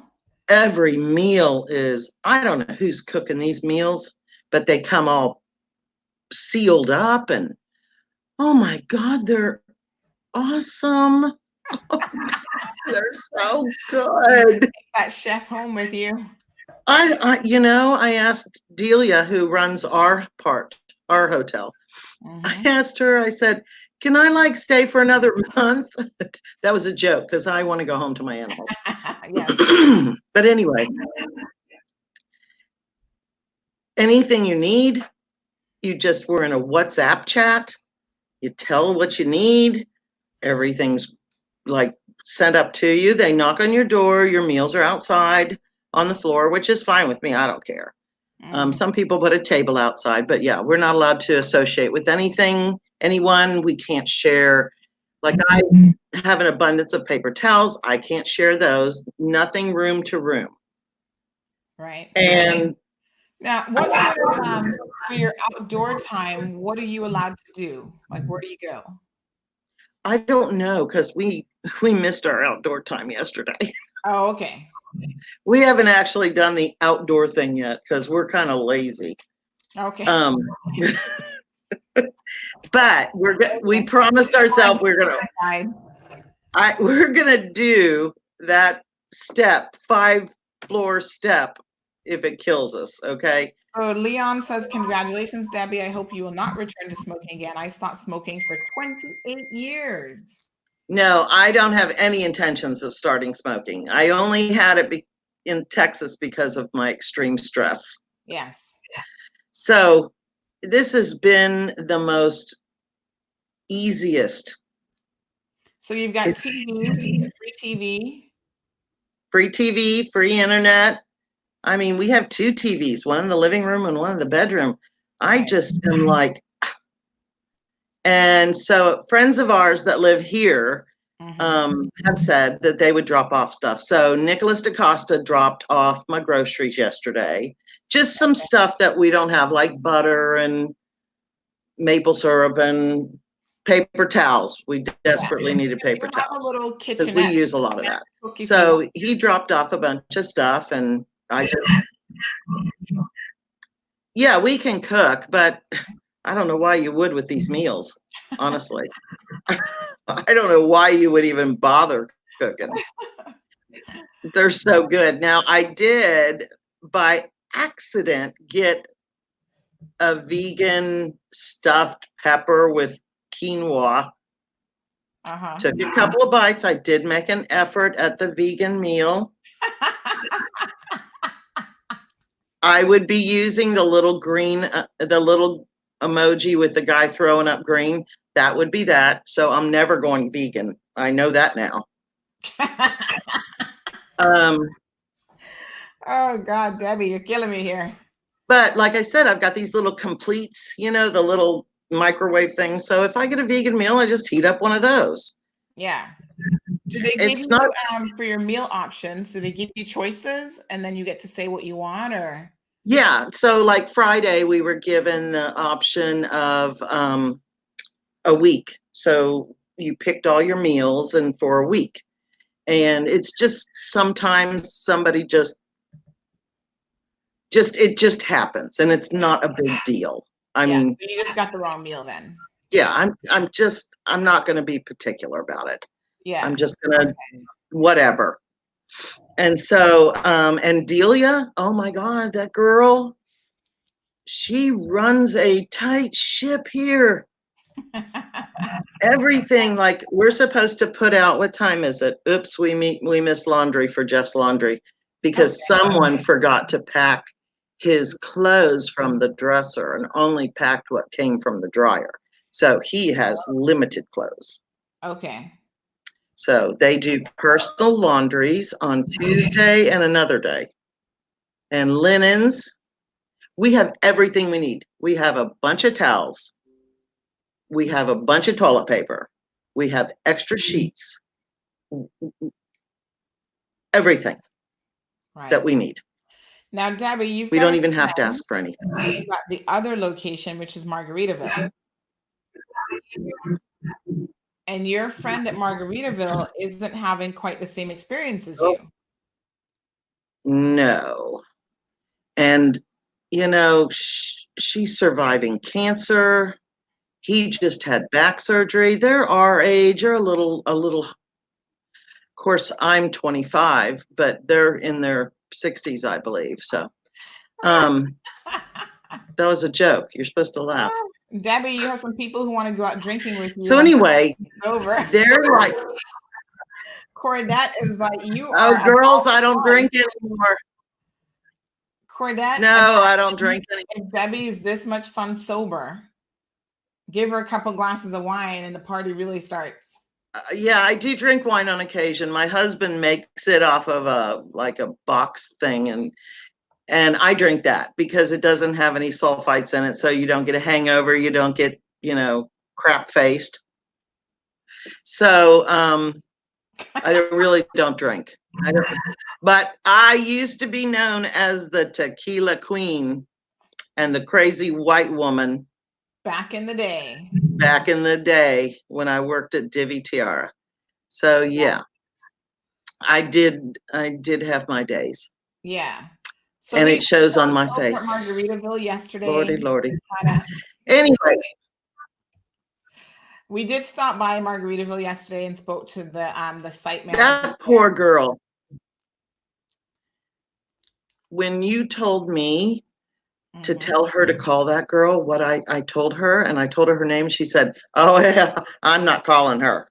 She came up here on her high horse the first day and kind of read us the riot act about what to do and what not to do. And I guess her husband went out on the balcony to smoke, and the police showed up. And so now they're watching them. And so every time they open their door to check for food, the police come and check on them. And it's just, I mean, they're not having a good experience at all. Oh, Now, wow. none of us chose where we were going. Yes. You were just given a key. Yeah. Okay.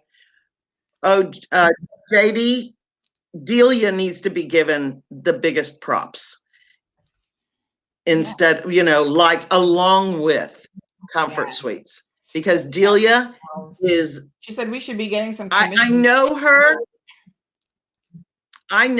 but I can't remember her last name, but I've met her before. Yeah. So anyway, they're not getting enough water. Like I told Delia that, like we need a little bit more water, and I got a case. I mean, did they just, whatever you want, you get, but we don't really want for anything. Mm-hmm. So Good. but down there, and Pam is, I mean, she's a professional woman. Okay. So she's not, I mean, and she's really, really like not having a good experience. I know her husband isn't, because he's a smoker. Yes. Like I said, this would The be experience at hell Margaritaville on you might if you be were a smoker. slightly different than what you're experiencing at Comfort Suites, but no complaints from you regarding Comfort Suites.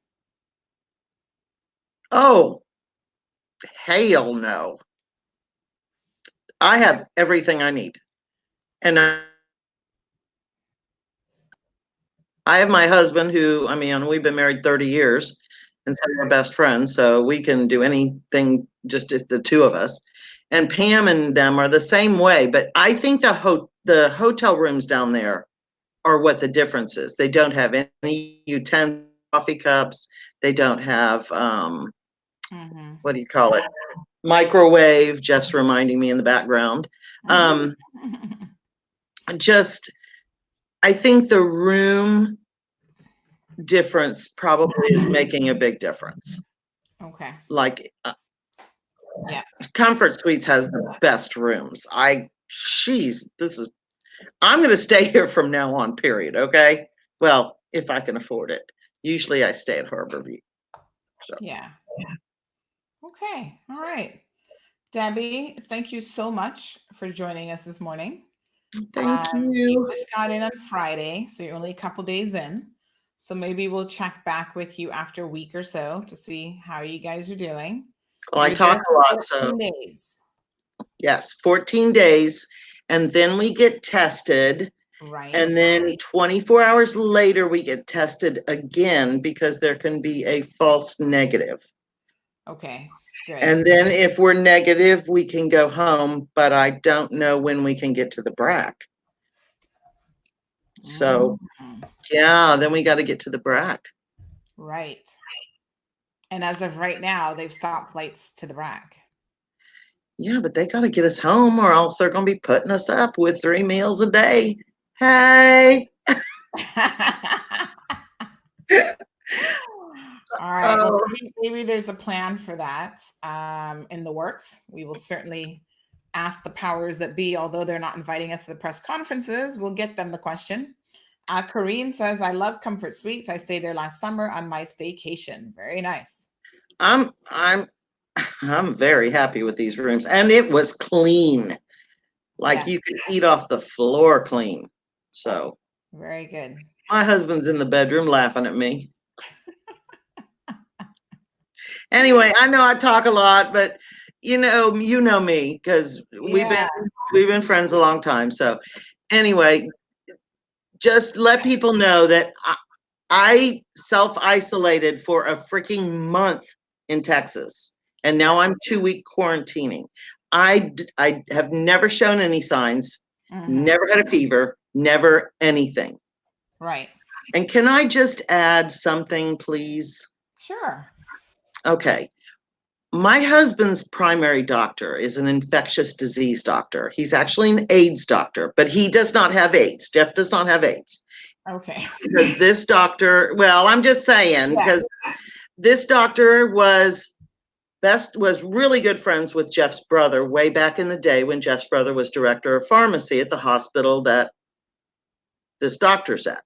Okay. Okay, so we did a teleconference so we could get all our medicines and stuff and, get everything situated medicine-wise. And this is what, I would love them to ship my pets to me. Yeah, can you imagine some goats up in this room? Lordy, Lord.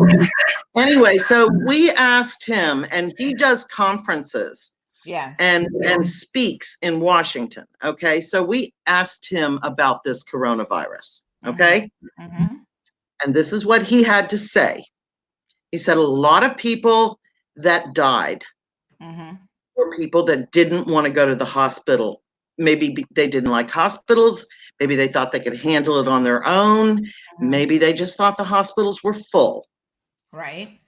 But this is exactly what it says. If you get a fever, go directly to the hospital. Yeah. Do not pass go. Jeff, somebody's at the door. Maybe they know I'm on Cayman Mall Road. Is that breakfast? Or? No, we already got our breakfast. Maybe they're telling us I got to get off of Cayman Mall Road. Oh, garbage. It's garbage bags. Never mind. Okay, I'm taking up a lot of time. I'm sorry. Anyway, he said, you get a fever, you go directly to the hospital, okay? Well, Debbie, you give it a couple of days. I was going to say that there's an article that I was reading earlier. I'm hoping to delve into some of the details on the show this evening, but this COVID-19 is no joke for a number of different reasons. Like, it has compromised people's respiratory system and given them pneumonia when they didn't even know that they had pneumonia. And it's already starting to suppress but their lungs. Yes, because what it does, and my mother actually had this the beginning of February. Okay, way before a lockdown. And other people I know have had it in December and January. My mother said, and she has COPD. Okay, and she's 81 years old. Wow. And she said she could not get the garbage out of her lungs to save her life. Wow. Okay. I was here and I finally convinced her to go to the hospital. And she didn't stay in the hospital. She just got azithromycin and sent home. And it eventually went away, but she had all the stuff that you need, like inhalers and breathing treatments and stuff like that. So she already had all that stuff. So she was doing that like all day long. Wow. Okay. So she managed to survive it on her own. Yeah. Now, this doctor says, you get a fever, you go directly to the hospital, okay, because fever's the first sign. They'll give it a couple of days. They should give it a couple of days to let your antibodies build up. The 72 hours after that is your window where you need to get the hydroxychloroquine or whatever and the azithromycin. And then you're not going to die. Wow. There's no guarantee. You will get over it. I guess it'll help. And that is what he told us. Yeah. No, there are no guarantees, but this is a doctor that understands infectious diseases. It's serious. A lot of people are really scared of this. And I know that they think you can get through it. And I'm telling you, my mother did. Yeah. By it's herself. Crazy because, so, there are people. That's all I had to say. And who have no underlying issues that this COVID-19 is killing. Like, it is just quite unusual virus in, I think, so many respects. So we're going to delve into some of the medical aspects of this a little bit later on. But Debbie, I'm going to let you go. I do want to briefly touch on the pension issue, which I know a lot of people had questions about. Okay. So thank you for joining us this morning on the morning edition of the Cold Hard Truth. We appreciate it. I got up early for you. Thank you very much. And we will definitely touch bases with you a little bit later on in the week, maybe by Friday or so after you've been there for a week, to see how you guys are doing. Sounds good. I'll be here. I don't have much planned. Okay. Good. I was going to say, all if you right. didn't have TV, I was going to hook you up with something, but it sounds like you're okay for TV. So No, Check I'm great. shows. Although the TV we have here, it's one of the major internet providers, if you know what I mean. Okay. So not the best selection in the world. No. And the by the way, the channel that shows the what do you call it, the updated briefings every day, Yes. you watch it through snow, so Oh, so it's probably easier to watch it online. yeah. All right. Thank you so much for having me. Thank you so much for joining us, Debbie. Everyone, that's Debbie from Cayman Brac. She's Crazy gonna be Debbie. reunited. She returned to the island on Friday. She's going to be reunited soon with her goats. And we do have someone who's going to be joining us who went out. So we spoke to a young man yesterday. Hopefully, you guys caught that interview. We have someone else who's joining us who left Cayman trying to get to Canada, and they ran into a little bit of an issue trying to get to Canada because apparently we'll delve into what happened to them, but not everyone is having an easy time traveling because of restrictions that countries have in place. So it wasn't an issue on our side of things. Funny enough, it was the Canadian government that was giving her Irish husband a difficult time going into Canada. So we'll get the details. They were a little bit too distraught to join the show this morning, although we were hoping that they could have come on. So we will speak with them tomorrow morning to kind of see what their story is and to see what happened to them and to hopefully learn a thing or two about, if you are traveling outside of the Cayman Islands right now, you're trying to get back home, some of the things that perhaps you need to be thinking about. Yeah, so it is what it is. Big shout out to Miracle Brokers. Folks, do not forget, you guys know over the weekend, I'm very annoyed and I remain annoyed with CICA because they've had a shipment of mine now for a month and I can't get it. There are people whose shipments they've had from February and they have, even before the lockdown, they've been unable to get their shipments cleared and to really get any responses to their emails. I mean, I get responses that are rude and unprofessional, but at least I get a response. Other people whose shipments have been here a lot longer than mine receive no response at all. So don't know what's going on at CICA. This will definitely be my last time using their services for sure. However, if you're looking for a reliable option, check out Miracle Brokers. I've heard no complaints about them. They're bringing stuff in. They have a sister company that brings in packages, small consolidated packages every single day as well. So they are open from 10 to 2 daily by appointment. So please give them a call. You can, again, contact them directly, email them, and if you've got a package that you need or shipment or something that you need to get here to the Cayman Islands, they will get you all sorted out. And they're still open. They're still working. They're located on Kingbird Drive in Industrial Park. But of course, it's by appointment only, so that everyone is trying to manage, what's going on with their deliveries and stuff at the moment. So they are engaged in social distancing. Their number is 949-5989.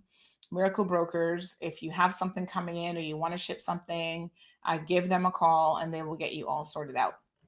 So that is Miss Irma and her team. And again, they are encouraging everyone to utilize social distancing protocol. They have, sanitary and medical supplies that have just arrived in the Cayman Islands. I think that was last week. And so, yeah, they're doing their part. So Miracle Brokers International, they are involved in logistics and shipping, and they get it all done for you folks. So check them out. Pension. Let's delve into pension.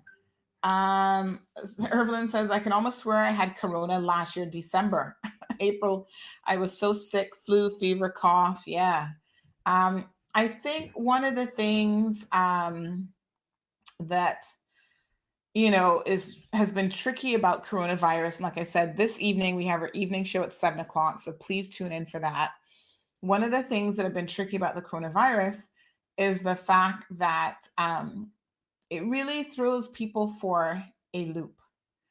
And that initially, a lot of people were underestimating it. We're going to get into this. I'm not going to get into that right now. But celebrity doctors, Dr. Oz, Dr. I don't know who else there, Dr. Phil, they were all weighing in on this. And unfortunately, they were wrong. The things that they were saying were completely wrong. And a lot of people watch them and trust what they have to say. And so they kind of screwed up. But let's talk about pensions, folks. So pensions, that has been the number one question that is asked in this show, right after the money services one, of course. Everyone wanted to know what's going to happen. So finally, the government shared yesterday, it hasn't been passed yet because the Legislative Assembly needs to meet this week.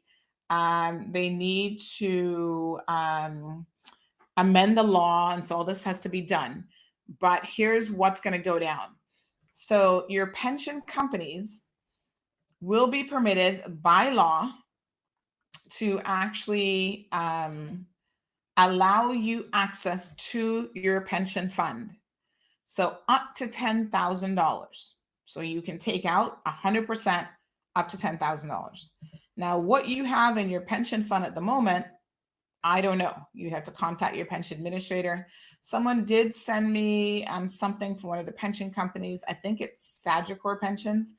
For some reason, they are not operational. Like there's a message. Oh, sorry, Silver Thatch, not Sagicor. My apologies. Silver Thatch Pensions. Their member portal says it's under construction. So I don't know what that's all about. This is not the time to be under construction, companies. This is not the time to not allow people to access their pension account so that they can see what is going on. We definitely need that type of information. So get on it. So, but yes, they are under construction, it says.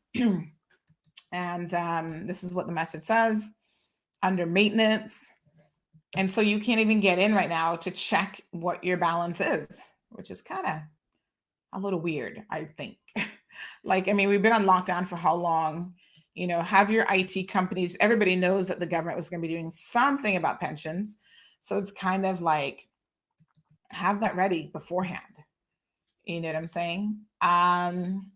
So they're under construction, it says. They're under maintenance, and it should be working, I think they said by next week or Friday or next week, Monday or something. So we'll see how that goes. Silver Thatch, I think, is one of the larger pension providers, administrators on island.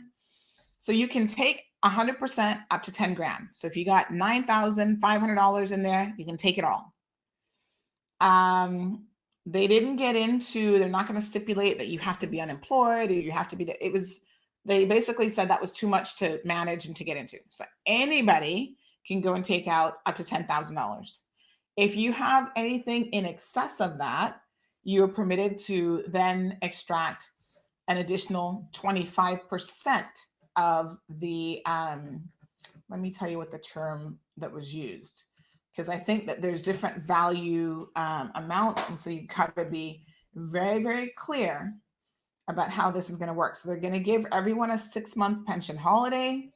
So if you're still employed, you do not have to pay into your pension for the next 6 months once the law passes. And please keep in mind, if you are a company, an employer, the only way you can take advantage of these things is if you have been in good standing in paying your pension. You're not going to get a 6-month opportunity to not pay pensions if the entire time you've not been following the law. And that's why it's important to remain compliant no matter what. Okay. And then after that, up to $10,000, then you can do 25% of the remaining commuted value or members' balance, which exceeds the $10,000. All right. So you got to break it down a little bit. The example he gave is, say you have $100,000 in your pension fund. You get to take the first $10,000 cash. And then you can take 25% of the remaining $90,000. The idea is not to give you $100,000 and say, here's your entire pension savings, go do what you want with it. And then when it comes around for retirement, you have no money left. However, keep in mind that your pension, this is why you need to check how much money you got. Your pension statements that you might have received from December are no longer what's in there. The markets have crashed. I just received another email, again, talking about market conditions in the US. I get these news alerts from all over the world. And it basically said that the markets had another tough time. So, the markets have dropped again. We've seen some of the worst numbers since the 1980s. Your pension fund is invested in these markets. So you may not have the money that you think is in your pension fund, but they're saying, hey, if you got it, get up to 10 grand. Anything over that, you can take 25% of that. Ned, how long will this offer be available? I don't need it now, but May in 6 months. That's a good question. I don't know that it's going to be an indefinite thing. I think it's meant as immediate relief. So it's not going to be in 6 months. So probably if you don't need it now, in 6 months, I don't know that you may need it then, but I don't know. I will ask the question if there's a time limit on when you can take advantage of this. It's a good question. Permit holders, Debbie, everybody. So the only people who are exempted is if you all are already receiving money from your pension. So you're already like in that retirement age and you're part of like the pension distribution, like you're already getting X amount per month. You would not be able to take advantage of this. And this is for private sector pensions. I saw someone else asking about that earlier. If you work for government or government agencies, I believe most government agencies, but you'd have to double check because I know core government for sure, you are part of the public service pension fund and you have different laws and regulations and everything that govern what happens to your money and what you do. So this does not apply to those individuals. I'm going to just unplug my headset here. So that does not apply to those individuals at all. If you're part of the public sector. And there's a couple of reasons for that. Number one, the way that the public sector pension fund works, first and foremost, is you don't technically contribute to your pension at all. Government is contributing 100%. And so they have to manage that very, very carefully in terms of how that is paid out. The other big thing is you've not yet been impacted by COVID-19. You have not lost your job. So no civil servants have lost their job, despite the fact that they may not even be working. None of them have taken a pay cut. In fact, civil servants have recently received increases, some marginal increase in cost of living increase or something like that more recently. So government is not going to allow civil servants to have a run on their pension scheme because that would be detrimental because government are the ones who are paying that, not you. So that would be extremely detrimental to how that scheme works. And of course, they take care of pensioners and a lot of other people. So Allison says there is a live chat available for Silver Thatch. Thank you so much for that information, Allison. And of course, you can contact those persons and get the information there. Now, I know of some civil servants who have private pension funds that they've had before joining the civil service, and they would, by law, be able to access that. They just can't access the government one. Lily wants to know if you have more than one pension, it would apply to each pension plan. So if you got 5 different pension plans, by all means, you can do that. I've always suggested consolidating your pensions into one so that you know that you have the one pension administrator. But yeah, if you've got $2,000 in one and $5,000 in another, you can go and take out pretty much the full value of those. I always want to caution people, if you don't need it right now, don't take it out, folks. It's not to your benefit. And like the premier said yesterday, my aunt always used to say with the American dollar, when I lived in the States with her, she said, honey, you see this American money? This got a eagle on it. You know why it has an eagle on it? Because it flies. The second you put it in your hand, it flies. And she was always teaching me that money doesn't last. So you go and clear out your pension fund right now. And in 6 months, you're still in dire situation. The airports are still not open. You still don't have a job. You're still screwed financially. and you've depleted all your money. Be very, very cautious. I think that people who are planning on leaving should access their pension funds. Again, be cautious going home with money, because now people know you're coming home with money because you cleared out your pension fund. Don't be stupid, people, because there'll be people who will take your lives for $10,000 or less. People will take your lives for $200. So you got to be smart about this. Jarian says, what about ex-civil servants? What about them? I'm not quite sure I understand the question. No one can tap into the public sector, which is civil servant pension fund, whether you're currently working there or not. So I don't know if that answers your question, because I'm not sure when you say what about them exactly what that meant, but no one can touch that fund. That's not up for grabs. Yes, Lily. So she's retired. She's already receiving her pension fund. So she's already part of a payout distribution scheme. So she is not eligible for this. That is correct. What does a public pension holiday mean? Does it apply to both employees and employers? So, Sandra, this has been deployed before after Hurricane Ivan. So what a pension holiday means is for the next 6 months, once this law passes, you do not have to pay into your pension fund at all. So if your employer was deducting, $50 per week or whatever to pay into your pension fund, you get a break for 6 months, and it applies to both employees and employers. But the thing is, the employer has to qualify for it. So this is how they did it during Hurricane Ivan. I'm sure it's going to be very much the same. They have to actually say to the pensions office, I'm going to be taking advantage of this public pension holiday this pension holiday. And in order for them to qualify for it, they have to be in good standing, just like the banks. In order for you to qualify for a 3-month loan waiver on your mortgage, you have to be in good standing. If you were in arrears on your loans, on your mortgages, no bank is going to allow you to get 3 months where you don't pay. And that's just the rules, folks. The rules always state that you have to be in good standing in order to take advantage of things like this. And this is why you want to be compliant with laws like the pension law and other labor laws and stuff. So yes, if you have 2 different pension funds, you contact each of them and you get the money out of each.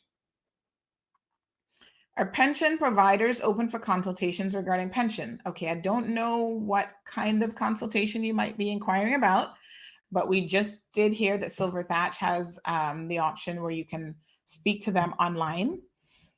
So I would suggest that you contact them directly. I'm sure the most they can tell you really is what's in your pension fund and, what their process will be for you to extract that.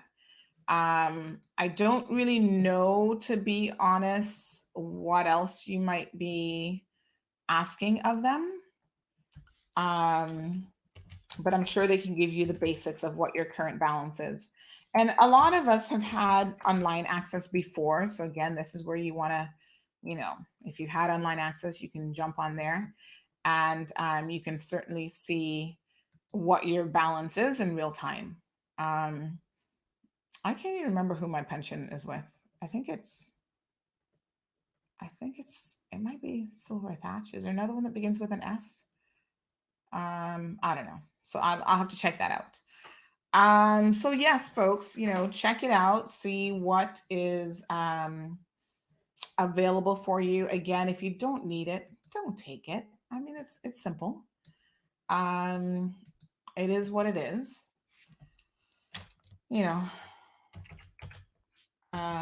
would be my recommendation. That's what I would say. All right, folks, I think we're going to wrap it up here, keeping in mind that we're back here this evening at 7 o'clock sharp.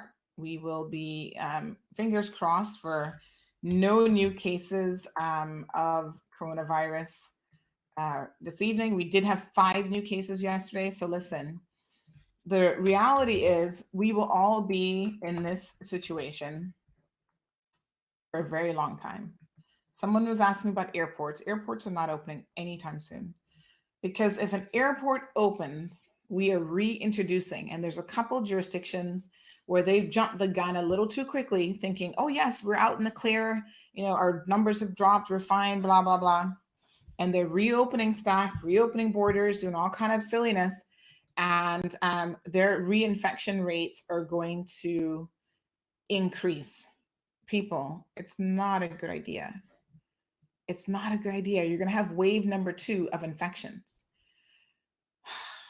Just chill. There are people in the States who are protesting, and I cannot believe this. They are actually protesting against the government for keeping them locked up. Here's one, and this one was kind of interesting in terms of a comment. It says, you have to admit it's hilarious that the people who spend their entire lives stockpiling on beans and ammo, publishing newsletters about preparing to shelter in place during the apocalypse or global crises are the ones who are now having meltdowns because they can't go to the Cheesecake Factory. And they're out there protesting, and they're not adhering to social distancing, which is absolutely ridiculous. There are protesters out there who are trying to stop, get this, trying to stop essential workers from going to work, and they're blocking the roads. It's like, it's silly season, and people must have lost their minds because of coronavirus. So please do not engage in the craziness. Stay put, hold it down. That is our best situation. Our government has said we will go, if we can reach 14 days, that's 2 weeks, without a single new case, then we can start slowly phasing back our lives to normal. Lives to normal is going to be a new normal, and it will not mean that our borders will be open. So I want to make sure that everyone understands that. That's not what that means. It doesn't mean that flights are going to be going and coming like crazy again. Absolutely not. Normal within the local community, normal. If you can get out and if you can leave, you now will have access to your pension funds. I would suggest that you do that as quickly as possible. That's my recommendation. Folks, please tune back in. Nicholas says, will there be any chance when it comes to insurance? Most persons who are working, work hours and rate probably cut, but insurance is still the same. So getting $300 per fortnight and insurance is between $77. So Nicholas, I don't see that happening. Unfortunately, the insurance companies are not going to give you coverage without you paying their bill. And the government cannot tell them to allow you to not pay a bill and still get coverage. So that, unfortunately, I do not see anything happening with. But this is where you want to manage your money smartly. And, you want to try to save it. You know what your bills are. You know if you've got rent still to pay, and if you got insurance costs, and if you get your lump sum money and you're going to be here for a minute, pay 5 or 6 months worth of insurance. This is where you got to be smart financially. Debbie says, heard that immunity is the best way to deal with this virus. Unfortunately, there is no immunity for most of us because we've never been exposed to it. And even when you become exposed to it, you will have perhaps some partial protection, but that doesn't mean that you can't get it again. So we're going to delve into tonight. I want to spend some time getting into some of the medical details of this virus and exactly how it works. Lily says, thank you so much for your shows. I'm looking forward to tuning in every day. God bless you. Thank you, Lily. I appreciate it.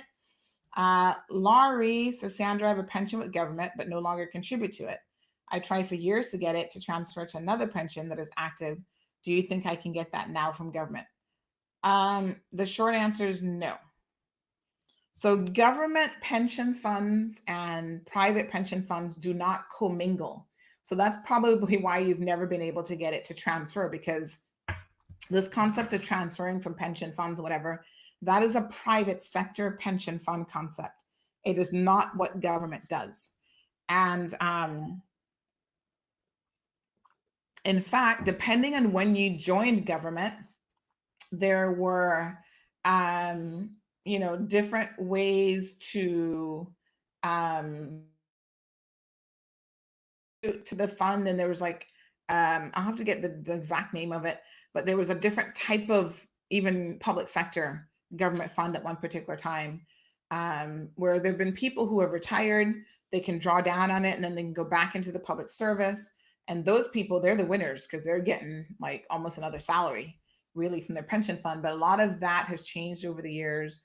And so it no longer exists in the exact same way that it did with public funds. And again, the public funds are all in a lump sum, and people are sort of drawing out of that.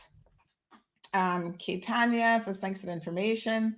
Losing their minds and lose their freaking lives. So listen, speaking of people who are in a bit of a situation, the guy in North Korea, Kim Jong-un, we all know him as being a little bit crazy. He may actually be on the verge of death. We are hearing this morning that he is in some kind of a coma. He had a surgery or procedure. And the rumors that are coming out of North Korea is that he may actually be brain dead as a result of something that has gone amiss. And I mean, he's not an old guy, right? But something has gone amiss with the surgery. And so North Korea might be in turmoil here in a second, looking for a new leader. So we will check that out and see. Christine, if you're off island, can you get your pension?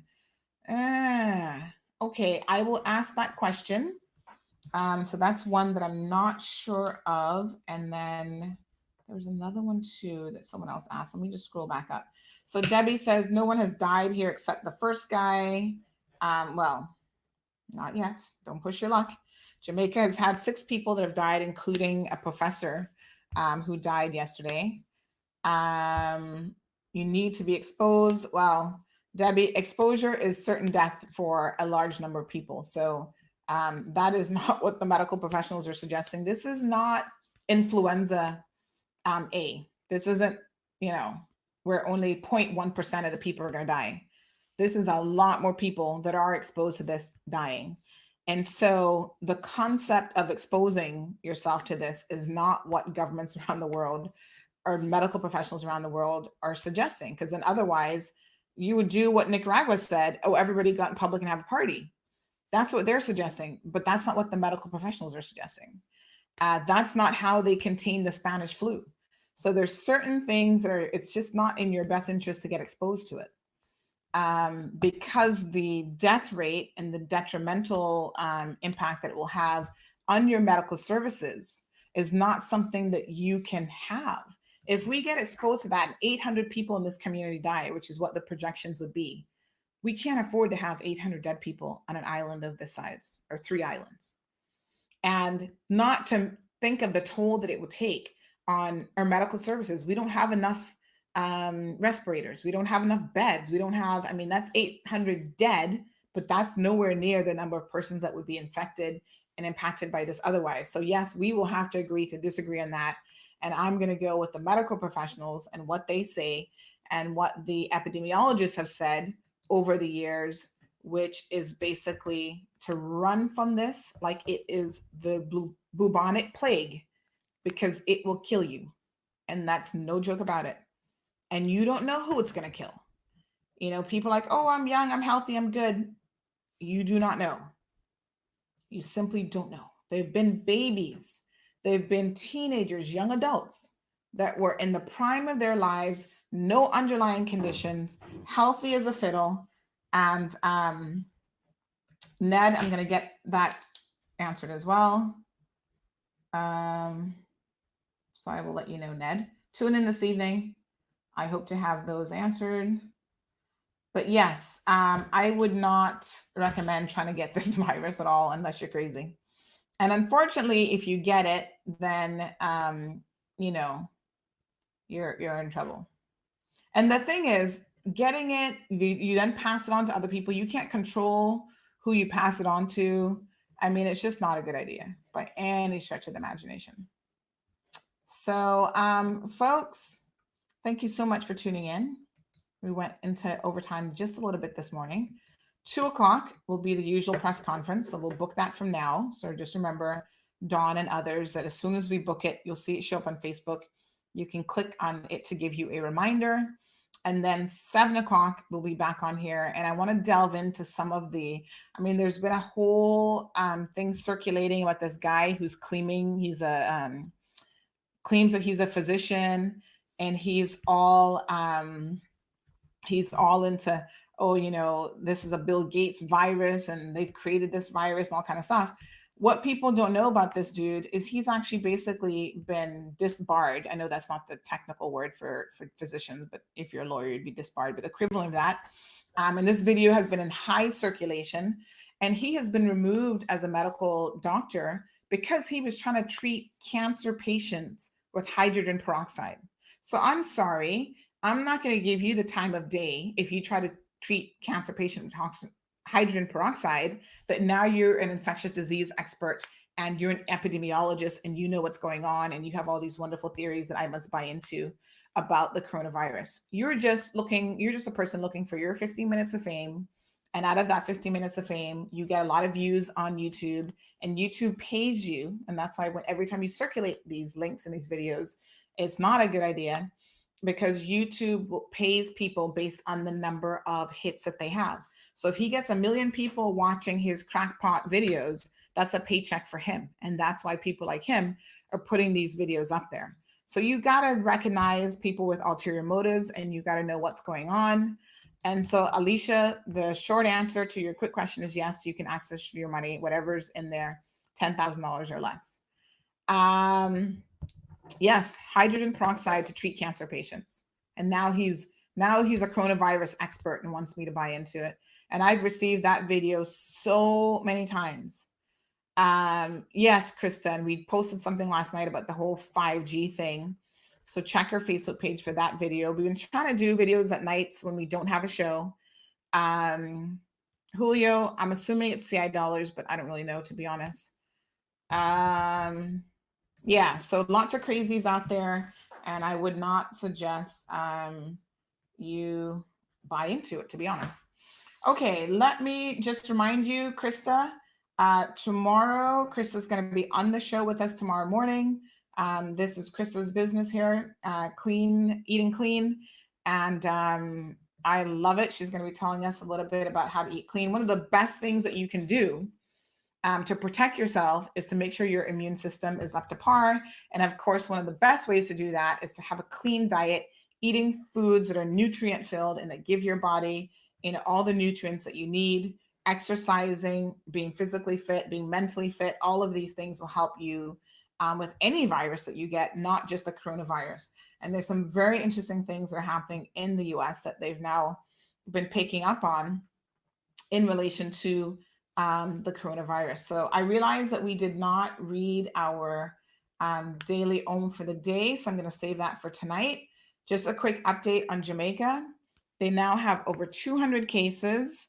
Again, 122 of their cases have come out of that call center in St. Catharines. So that's an astounding amount. And they continue to put new measures in place. There's new quarantining measures. They've removed the alphabetical system. They've had designated shopping days. So there's quite a bit of things that are happening in neighboring Jamaica, up to 223 cases. And the numbers, folks, will continue to rise every single day. So yesterday, 27 new cases reported. And again, 122, I think, so far have come out of that one workplace, that one call center. So all call centers in Jamaica as of tomorrow will be shut down for a 2-week period of time. And, the Prime Minister said he's struggling with this because a lot of his people do not appreciate the importance or the significance of shutting down businesses. And they think that, hey, you're interfering with my livelihood, and that's a problem. Not recognizing that you're not going to be concerned about your livelihood if you have no life. Simple as that. Big shout out again to our jackass of the day, Daniel Knowles. Daniel, big up yourself. Give me 1 second here. Let me see. How do I bring Daniel back in? These are kind of tricky when you try to bring people in. All right. So Daniel, we've got, someone sent me this one. This one's kind of funny, actually. Check this one.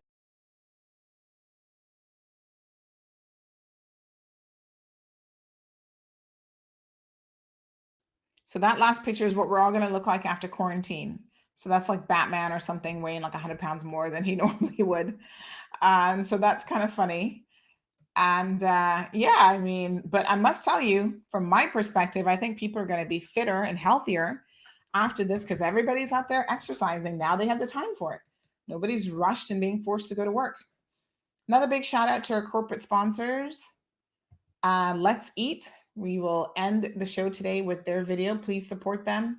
Use their app to order your food so that you do not have to go out on the roads if you do not have to. And of course, big shout out to Mailco Brokers. That's who I should have used to bring in my stuff, but I didn't.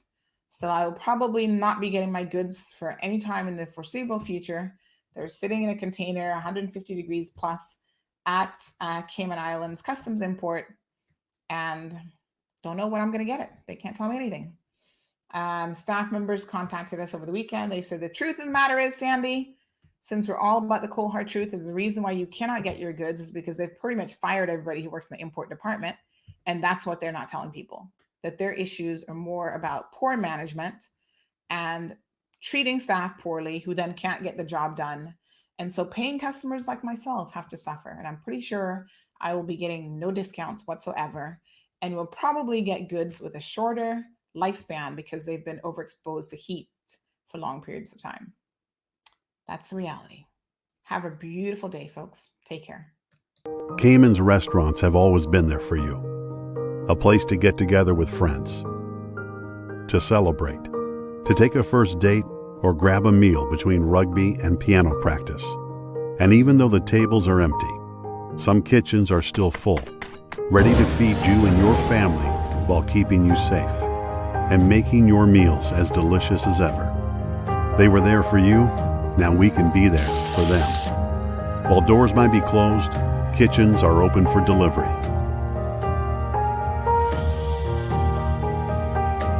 Let's eat. Cayman's restaurants have always been there for you. A place to get together with friends, to celebrate, to take a first date, or grab a meal between rugby and piano practice.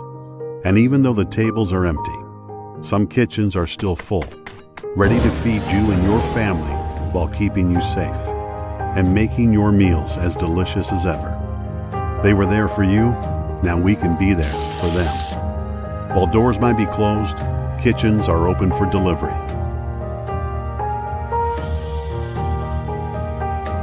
Let's eat.